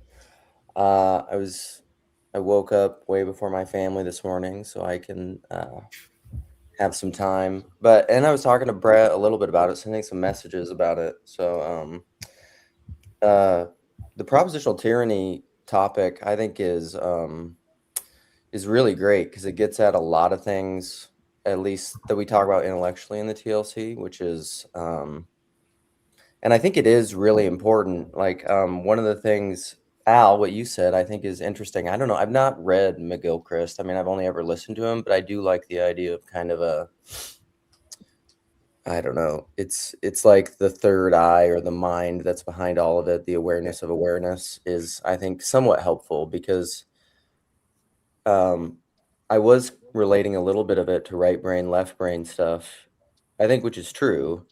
And I think what's difficult about it is the right brain. It's like the right brain allows for correction. The right brain can see the things, it can correct the maps that you have. It's where error manifests in your brain. And so, like, if all you do is relate everything that you have to maps, you can never update the maps. Exactly. And so, like, if you have certain propositional narrative understandings of reality and you subject everything to that, and you won't look, and you've like habituated yourself not to be able to look for the errors, the constant errors that are showing you something's wrong, then you have no way to update your maps. That is propositional tyranny, essentially. And what's tough about propositional tyranny is that it's so baked in. It's like the water that we swim in, I think, in the post-enlightenment rationalist West, is we just think that you can say words to people and speak clearly. Like, like even Claire said in the comments, like, McGilchrist stuff isn't verifiable. And I'm like, what a hilarious What is? left-brained thing to say. Like, it's just like, yeah, of course it's not. Because because he's saying something that's outside of verifiability. And the thing is, and this is why, like, I love that George and John Lilith quote so much. It's because, like, and if you have no capacity to see that, if there's nothing within you to resonate with the truth that he's saying there, I can't explain it to you. Like, it's not going to happen, no matter how many words that I use, because you could speak forever and not be able to understand it because propositional tyranny isn't true. Like, endless words are never going to make you understand something if you don't have something in you to understand it. Like, it's completely impossible, and I think you can illustrate it well. Like I was telling Brett is, you just think like, oh, well, if we just speak clearly and precisely, you'll understand it. No, because you need initiation. Like, if you don't understand quantum mechanics and rocketry or advanced math or medicine, or I don't know, pick your poison, like any subject, how to like pour a cement patio well, if you're not initiated in that, like, I can't explain it to you because you don't have the initiatory knowledge to know what I'm talking about. Like, and every field is that way. Like, it's so obvious. And but to we- defend you here, because I could see your detractors thinking that's a very elitist thing to say, and that's not your intent at all. And it's like, no, he's just pointing out the fact that if you haven't put a little bit of work into understanding these things, therefore you can't sit there and criticize the thing or No, come. I do this with my mechanic. My Yeah. mechanic is explaining stuff to me, and I'm like, I can't, like, and I have a great mechanic actually, who's like really honest. I have an old car. He'll be like, if it was my car, this is what I would do. And I love it so much. And he hyper explains stuff, but it gets to a point where I'm just like, okay, like, I know, like, I appreciate everything you're saying, but a lot of what you're saying is beyond my capacity to understand. Like, I just don't get it because I'm not a mechanic who's really good at my job, who's been doing this for 40 years. Like, I don't know what you're saying. Like, I know enough to kind of know what you're talking about, but not really. I completely agree with you when it comes to specialization, something like that, and with a car, I would be the exact same thing. But I think where I don't know, help me understand, because in life we all have experiences. We are already somewhat initiated into life and understanding and relationships and like fear of God and relationship and religion and where we're coming from. So some discussion around the propositions and can be incredibly helpful and necessary for us to get those as accurate as what we possibly can, while holding them with humility.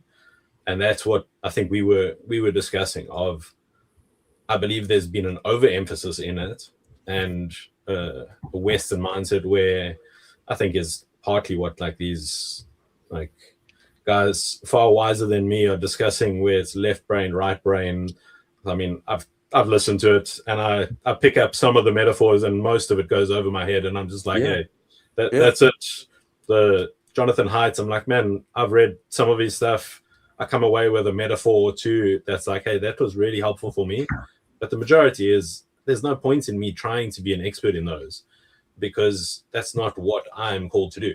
Right. Or it's not what I feel to do. Same thing, we were having a discussion about history, like last night with Claire, and it's just like, oh, this, and I'm like, I'm not a historian. I don't want to have arguments about history.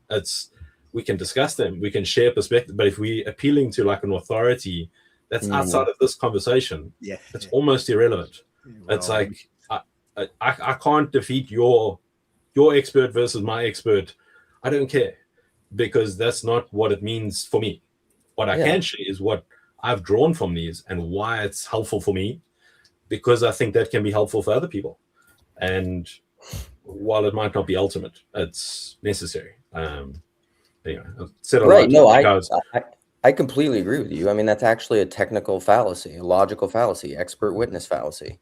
You can't do that. But that doesn't mean you can, because there's obviously value in propositions. I mean, like, this is one of these conversations in TLC since I've been around since the beginning, where like every time you talk about, where I will talk about propositionalism or propositional tyranny, like I've had probably 6 or 7 sequences of people with Tayo, who's here, who will come back and push back on me and be like, well, propositions are important and they matter. And I'm like, yep, I never said they didn't. Absolutely. But like, propositional knowledge is a type of knowledge. The whole point with propositional tyranny is that it is not absolute, and it needs a lot of nuance to understand its relationship to a holistic, proper knowledge. The problem with modernity is we have forefronted propositions to be like the most important aspect of knowledge and identity, and that's wrong. It's really wrong. I'm confused because you keep saying that. So you're kind of arguing like the people that are saying that when they say it's settled science, that's what you're pushing against, right? Yeah. Luke. Yeah. Anything. You could do it in religion too. Well, no, but the thing that I find funniest is if you go back to the meaning of science, back to Latin, right? Even in German today, it still means to come to understand. So you're so dead on. It's unbelievable. Wissenschaft in German means to come to understand. Yeah, you're dead on. And quickly, if I could, just to unpack for Andrew, Jonathan Haidt was using what is a traditional Zen metaphor, the elephant and the rider, to explain something you might be more familiar with. System 1 and System 2 thinking. Have you ever studied that with Daniel Kahneman?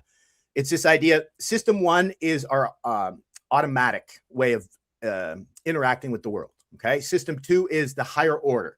The way I explain it, and Vervaeke used this, and I'm going to build on his because he kind of stumbled. He used an old explanation. He said, if you go to the grocery store every week and you get the exact same thing every week, you don't even have to really think about it. It's like driving home from work. Some days you don't even remember, right? You can walk through the aisles, get your regular things, go to the cash, pay, and leave. But if one week you go to the cash register and she asks for way more money than she regularly does, then boom, all of a sudden you're going to be forced to get out of System 1 thinking and use your higher order thinking to figure out, well, why is the price higher? Okay. But here's where modernity comes in. I argue that Vervaeke didn't think of one extra thing. Well, what if I'm shopping with my wife and my wife just taps my arm and says, "Oh, don't worry, honey. We got a couple extra things. That's why it's more." So I'm not going to get out of my system one thinking. You get what I mean? I'm going to off, just like you're saying, propositional thinking. So instead of us needing to be forced into system two thinking, higher order thinking, think about complicated things, figure out for ourselves, we offload that to experts, to elites. You get what I mean? Right? Because I argue, this is where Jonathan Haidt, when he wrote in his book, Happiness Hypothesis, they used to think that the higher order, system two, or mindfulness or awareness mind, was a limited state. We used to believe in something called ego depletion. The reason why we usually went around automatically in the world was because it was hard to be constantly aware. And I argue people like dyslexics prove that that's not true, because the dyslexics walk around the world and it's always lying to them. So they're almost always in system two. I believe it fits to what we're talking about here, right? System two, this aware or right-brained way of looking at the world, does take more energy, but it also just takes more practice to operate in the world, using that more often. Does that make sense? Connecting to what we're talking about? What? I came on for Luke and he's gone. I'm sure he's still Sorry, listening. Yeah, he's Probably still listening. He- Come back, Luke. I drive everybody. Sorry. I'll that makes sense. Just some of it goes over my head. It's like I think I'm just Just think about it. Most of us go through life automatically. We don't really think about Yeah. the things we're told. And the argument was we do that because we don't have the energy to spend life more focused. But I believe that's wrong. I believe that we can, just like what we were talking about at the beginning of our conversation. You can make it automatic to choose the right thing all the time. It just takes practice. It takes effort. Does that make sense? Makes sense. Makes complete sense. Well, that's a lie. I can think I can personally say what I think it means, but I don't know if that's actually what you're saying. Exactly. Nonetheless, I did want to come on to Luke's minute rant about how many times he's had to explain that when he talks about propositional tyranny and left-right brain thinking, it's not demonizing one in the favor of the other, which is sort of what he has the arguments against him as being, and that I don't think that's completely accurate. It's more trying to get you to be more nuanced with what you mean by because I've heard you be as bold as saying that the invention of writing was basically the start of the end. Well, Is that no, I fair? mean, I'm just quoting Socrates, where he said it'll make us forget. Oh. And he was right. I mean, and it's true in some ways. Like, I'm actually coming. You can look at these things from many different angles. Like, I'm actually coming back around to a lot of the value of writing through a lot of these conversations with you, with Skank in particular, who's like a book writing huge like proponent. Writing is some of the strengths of writing is that it's very slow. I mean, to be blessed is to be cursed as well. Its strength is that it's slow, but that's also its weakness. You know, there's good things about that, and there's really bad things about it. But those are just, yeah, that's a huge aspect of technological mediums of communication. Really affect your ability to communicate in different ways. And writing has certain things about it. Like one of the things, you know, memory palaces, when we talk about memory palaces in the TLC, where like people used to be able to like memorize the Bible, and they would use this technique of memory palaces. People can't do that anymore. Like people can't even read a book like Moby Dick, not because they're illiterate, not because they can't like sound out letters and learn vocabulary, but like they don't, because writing has lost a lot of its preeminence because of this kind of stuff and podcasts and audio, which is different. People can't even like read a book that takes concentrated effort. I'm that way. It's really hard for me to read. Like I have to go someplace. There's I think the critique of modernity has been, it's a path that the TLC has gone down many times and continue to do so, partly because we are still in the fall of modernity. I did air quotes, but I'm not on camera. But I think the conversation does have to move forward from the left brain, right brain divide to a brain, which is both left brain and right brain, and the integration of both. And I think I and others somewhat get frustrated when which one's the bad one? Which one's the modern one? Right or left? The right No, there's brain. not a bad one. That's Well, another thing. that's it's not a Often bad framed one, like that. but it is the one that's been the most prominent, and therefore can be seen as a causal for why we are where we are. It's Hey, bad don't- if you can't update your map. That's what's Let me bad. let me ask you something, and maybe this tracks or maybe it doesn't. But it's like what Socrates was pointing at, what I believe to be accurate. But we're kind of on a bell curve in this whole thing, right? So, yes, writing bad is going to make us forget. He was throwing the caution out on to why writing is bad. So Socrates had his thing, right? And then we had this whole thing of history where we've seen the negative impacts, our memories being vaporized, even with the cell phone. We don't remember phone numbers. We're not even challenging our memory anymore. So this is why I loved Al's Substack about writing and reading and reading the book while you have the book and listening to the book. Like, we also have these problems, whether it's from the evolution of writing or whether it's just because it's how our brain is wired, whatever. So we're trying to fight against the difficulty to get to the thing. And so like we're kind of at a point now where, yes, writing is good because it slows our thoughts down. Some people, right, they need to process all this information, and they need to do it in a little bit of a systematic way to actually see what is truly being said and or thought, right?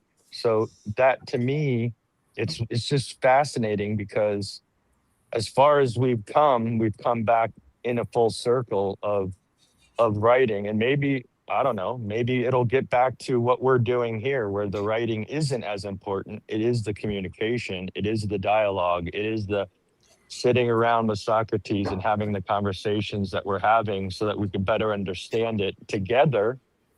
And then maybe the writing isn't as important because we don't have to sit there and take time to process it, because we've had this advantage of dialogue. I don't know if that tracks at all. Anybody That- it catch does OG for me. Rose's video? That's Meg. When did that? You sent it to me yesterday, or they had a video talking about like constraint and evolution, like as a natural like byproduct of a constraint of a system. And I think it's pertinent to this, where it's almost like the constraint of writing leads to greater like processing for yourself, but it's also led to greater development of printing press, which led to other constraints, but other evolutions, which has led to this explosion and expansion to modernism and like proliferation of information around the world, that nobody can keep up with everything, which means we like the mile wide and an inch deep. But yeah, what the interesting thing they said is like a lot of people are trying to say like, hey, I see the dangers of this, I want to go back, but there's no going back. And they drew like the analogy of almost same thing with Christianity, where it's like, due to these exposures to other denominations, other perspectives, there's no going back. And it's like, I think, Luke, you've discussed some similar things where it's like, Orthodox Church, but Protestant by formation. It's like, there's no putting the genie back in the bottle, but there is learning from each other of how do we actually become the best humans we can be. And I think that's what we're trying to do. How do we enlarge our capacity to actually process this information to be the best we can be, to actually, and I mean, whatever that means for different people, but to actually add value as much as possible.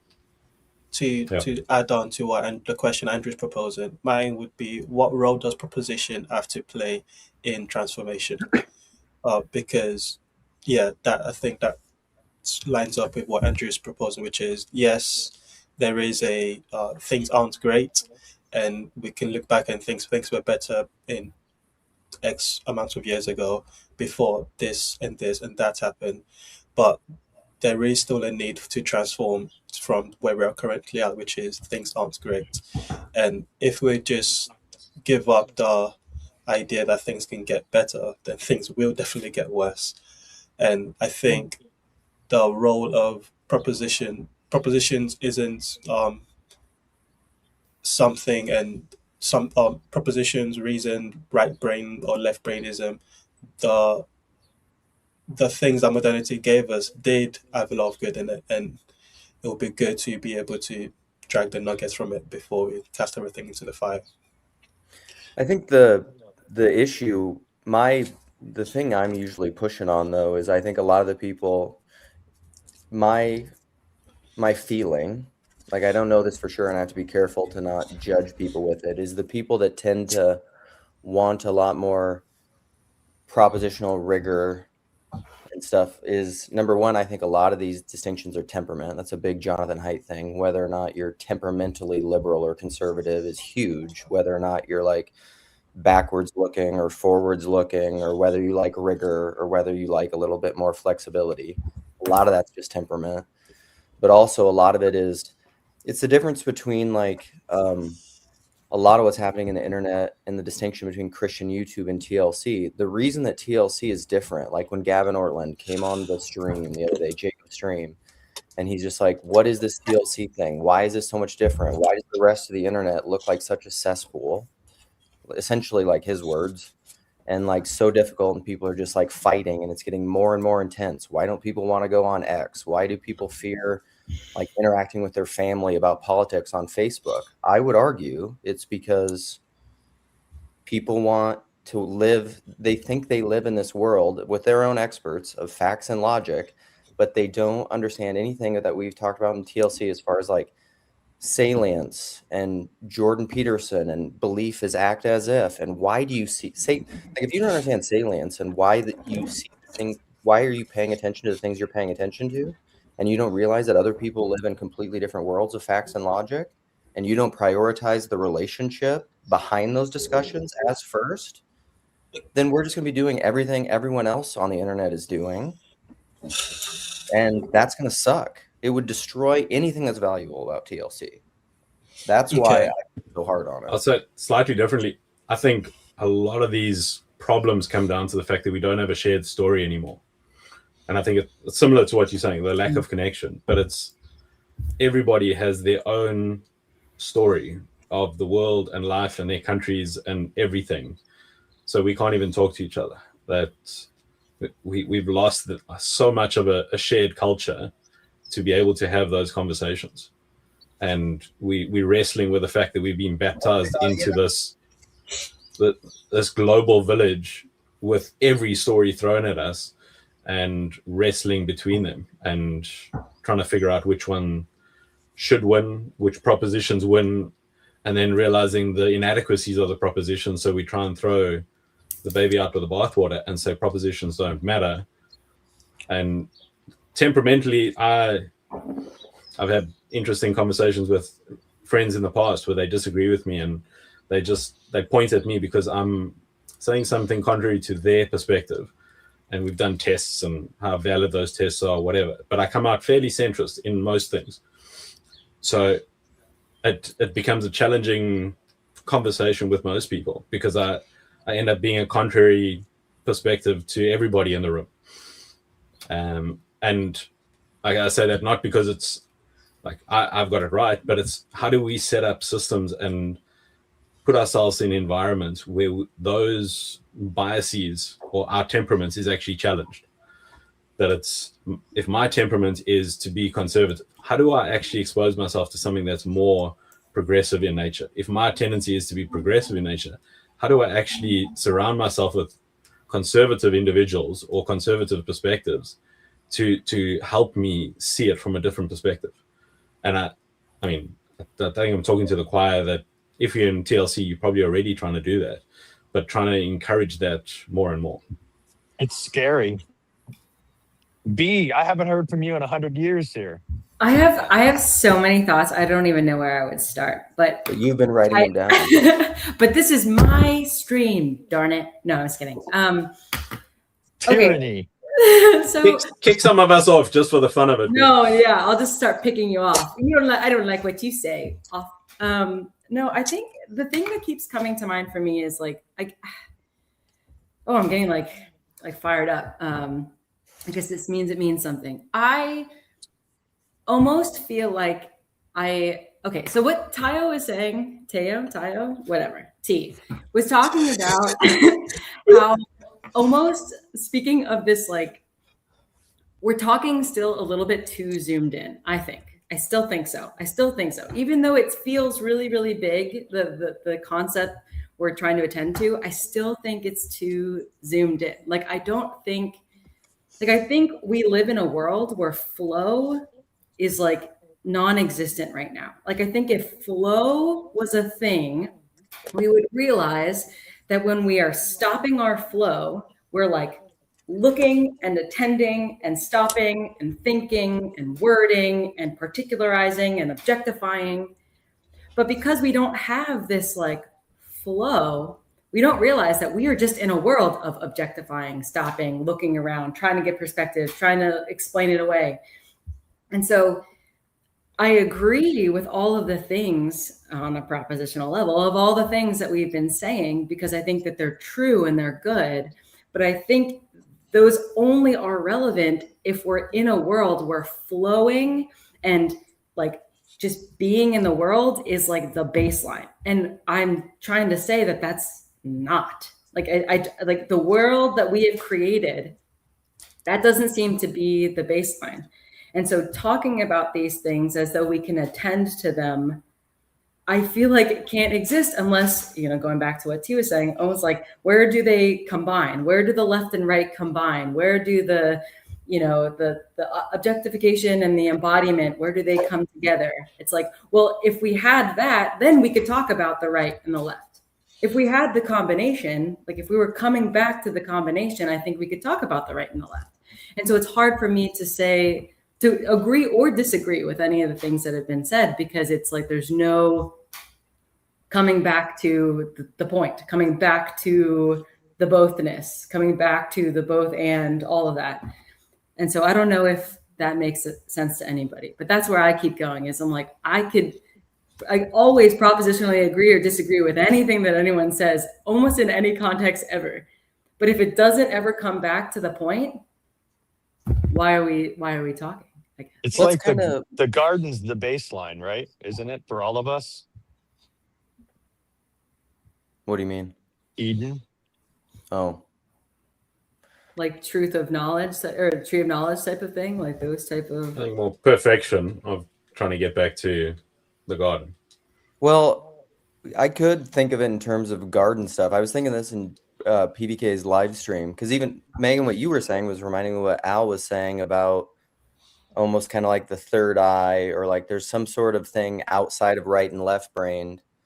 Because I love to talk about this stuff in terms of like, and Chad was making fun of me because he was saying like, he said like the chaos of thoughts, and he was just like, or TLC topics, universalism, the Trinity, propositional tyranny. But like they're all, I think they're all kind of related in ways, because like even right brain, left brain, in order to see the two, you're assuming a meta position that's a third. Right. The Tao. In order to see the Tao, the wholeness of the Tao, there's a meta position. It's the awareness of awareness. It's the position of the viewer. This is like classic mysticism stuff. And like you I think that is all true, because when the left brain and the right brain are united, what the other thought that I had is like, that's essentially revelation. But a lot of, to take it back to the garden, it's like veiling and unveiling too.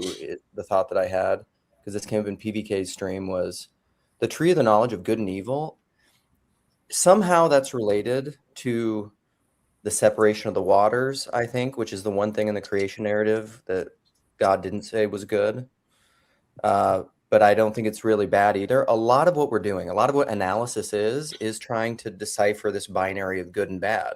But even that is one of those dualisms where there's like a meta higher unity that's beyond the analysis of good and bad, which is, I think, forgiveness. And so, like, it's not, I agree with a lot of this stuff. I mean, it doesn't, but at the same time, like, TLC is this weird thing where, like, on one hand, sometimes I feel like TLC broadly or myself, I'll get these accusations of either being way too wooey and not precise enough.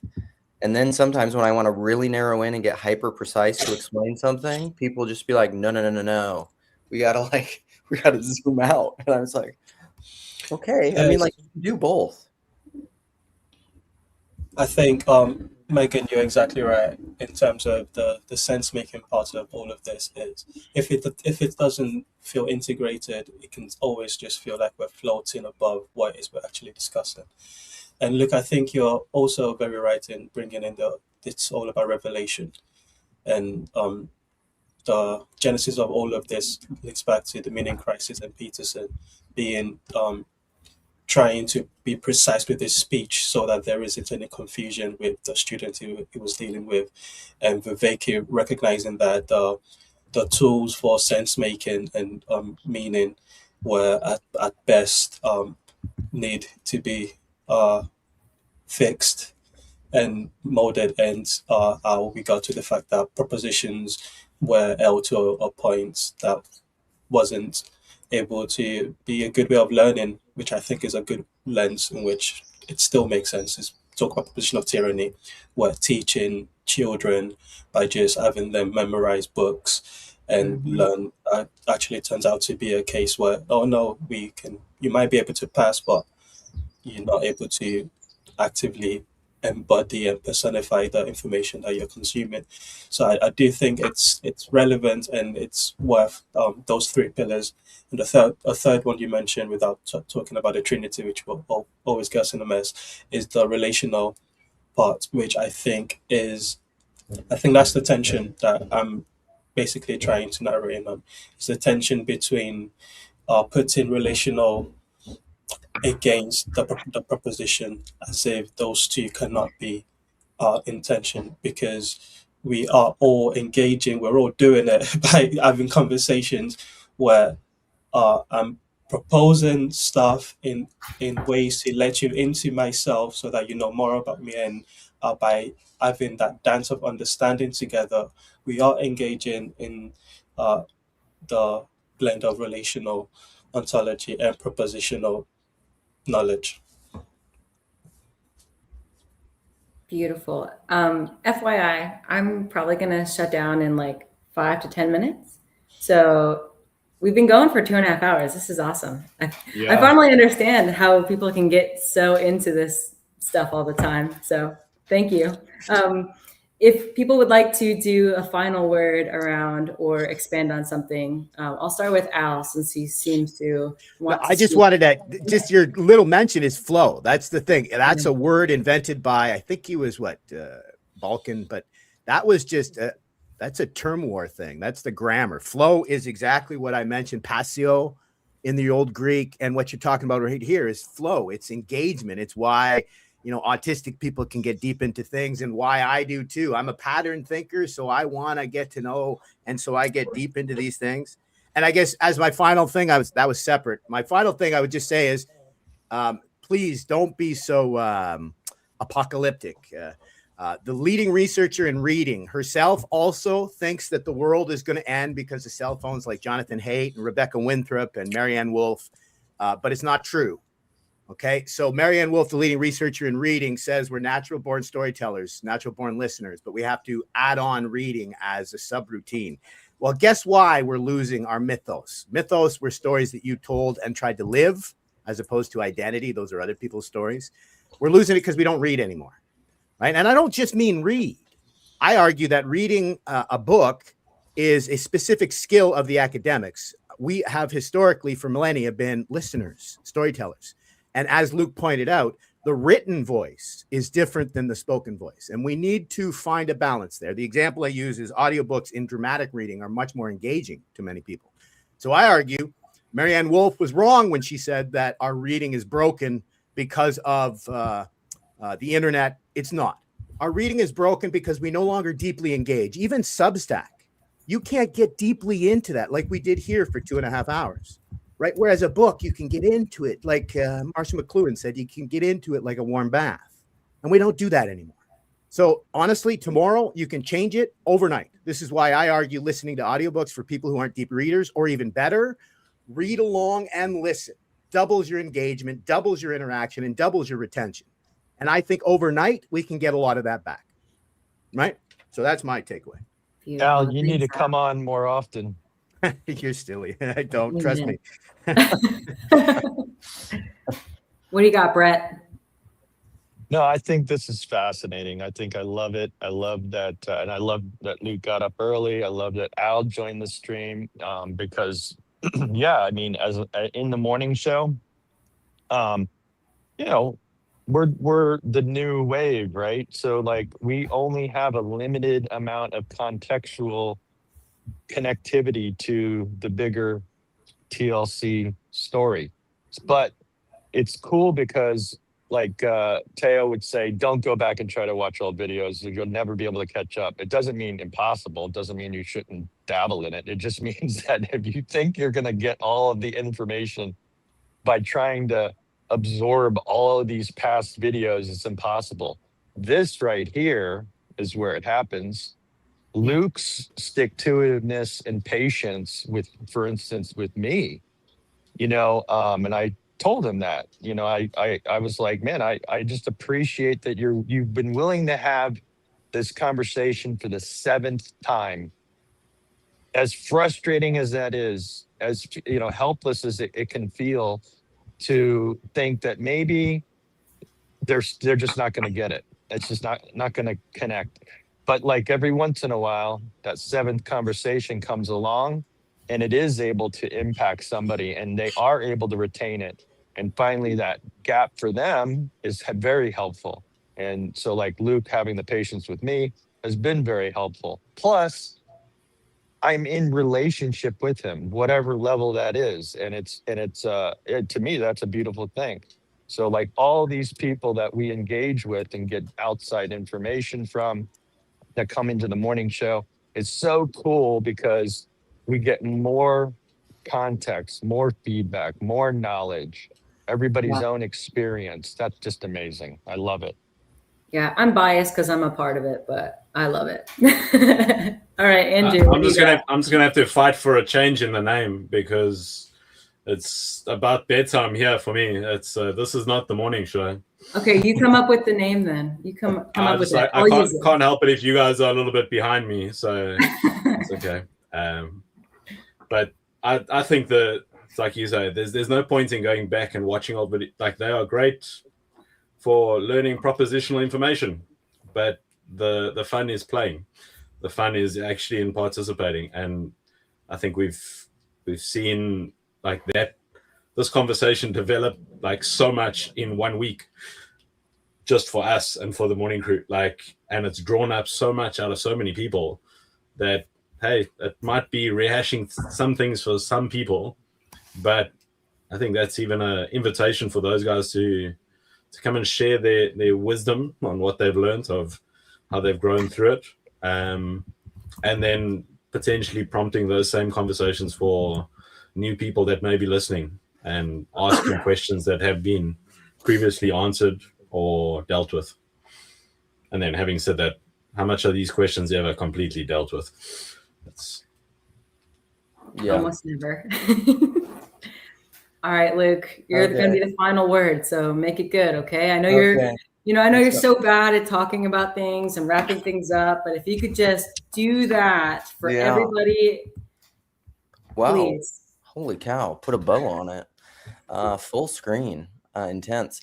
I was thinking, I feel like there is a little bit of a mosaic about it because I agree very much that like if you go back and watch old videos to try to catch up, it's almost approaching TLC and videos as mere information, whereas the participation and flow in this kind of a live stream in live active dialogos is a large part of what the TLC is, which is it's a very different vibe than Speed, or even like, and it contrasts a little bit of what's even going on in books, because like books, like if you just approach books as like distilling information, there is a way. I've used to talk a lot about this book. Mortimer Adler, he wrote a book, who's a classic educator, big in education America, wrote a book on how to read a book. And he said there's 4 levels to reading a book. And I think you can get into a kind of dialogos with a book, but it's difficult because the author isn't there live interacting with you. And so that's the flow aspect of these conversations. But also, like, one of the reasons I love these conversations so much, and thank you, Brett, for like what you said about patience and all that. That's wonderful. But that almost points to the thing probably that I most want to make salient about the value that I've gotten from TLC. And I think it's even related to this friendship estuary that we recorded yesterday. It'll come out sometime on Neil's channel. But a lot of what is happening in TLC and relations being primary, although we talk about propositions, is that we're learning to, when you're talking actively with people and you develop relationships over time through this medium, which is the same with any other relationships in your life, is you learn how to suffer together. Like, oh, it's out already. Like Tayo and I've been around long enough where like we've had interactions of like agreement, disagreement, having to navigate that disagreement, because really it goes back to Socrates. It's also very Christian, is like the goal is character. The goal is virtue. The goal is the fruit of the spirit: love, joy, patience, kindness, goodness, gentleness, faithfulness, self-control, ultimately. And self-control is maybe the ultimate of all of these. And through talking to other people, this is something I think that we've forgotten how to do in the modern world. Is it's part of pluralism. It's part of what OG Rose talks about, is like TLC is figuring out how to have meaningful engagement and dialogos and actual conversation with people across all these ideological lines. And I almost want to just, I put it in the comments, like Al dropped, this kind of thing happens all the time in these TLC conversations, is people will drop like little nuggets where I'm just like, you could teach a semester on that, or like write a book on it. It's just like a line that somebody dropped. But he was saying like mythos, like mythic stories, and mythos is something that you live, whereas like identities are other people's stories. And I'm like, that's so true. And you could unpack that a lot. But like TLC, I think, is moving away from identitarianism, like association with other people's stories and their identities. And this kind of flow dialogo stuff we're doing is like it's like a propositional mythos. It's just, I don't know, it's phenomenal. Anyhow, that's it. Well, thank you all so much, both on the stream and in the comments. I thought this was so much fun. And I say we do it again tomorrow. Awesome. Everyone have a good rest of your day or your night.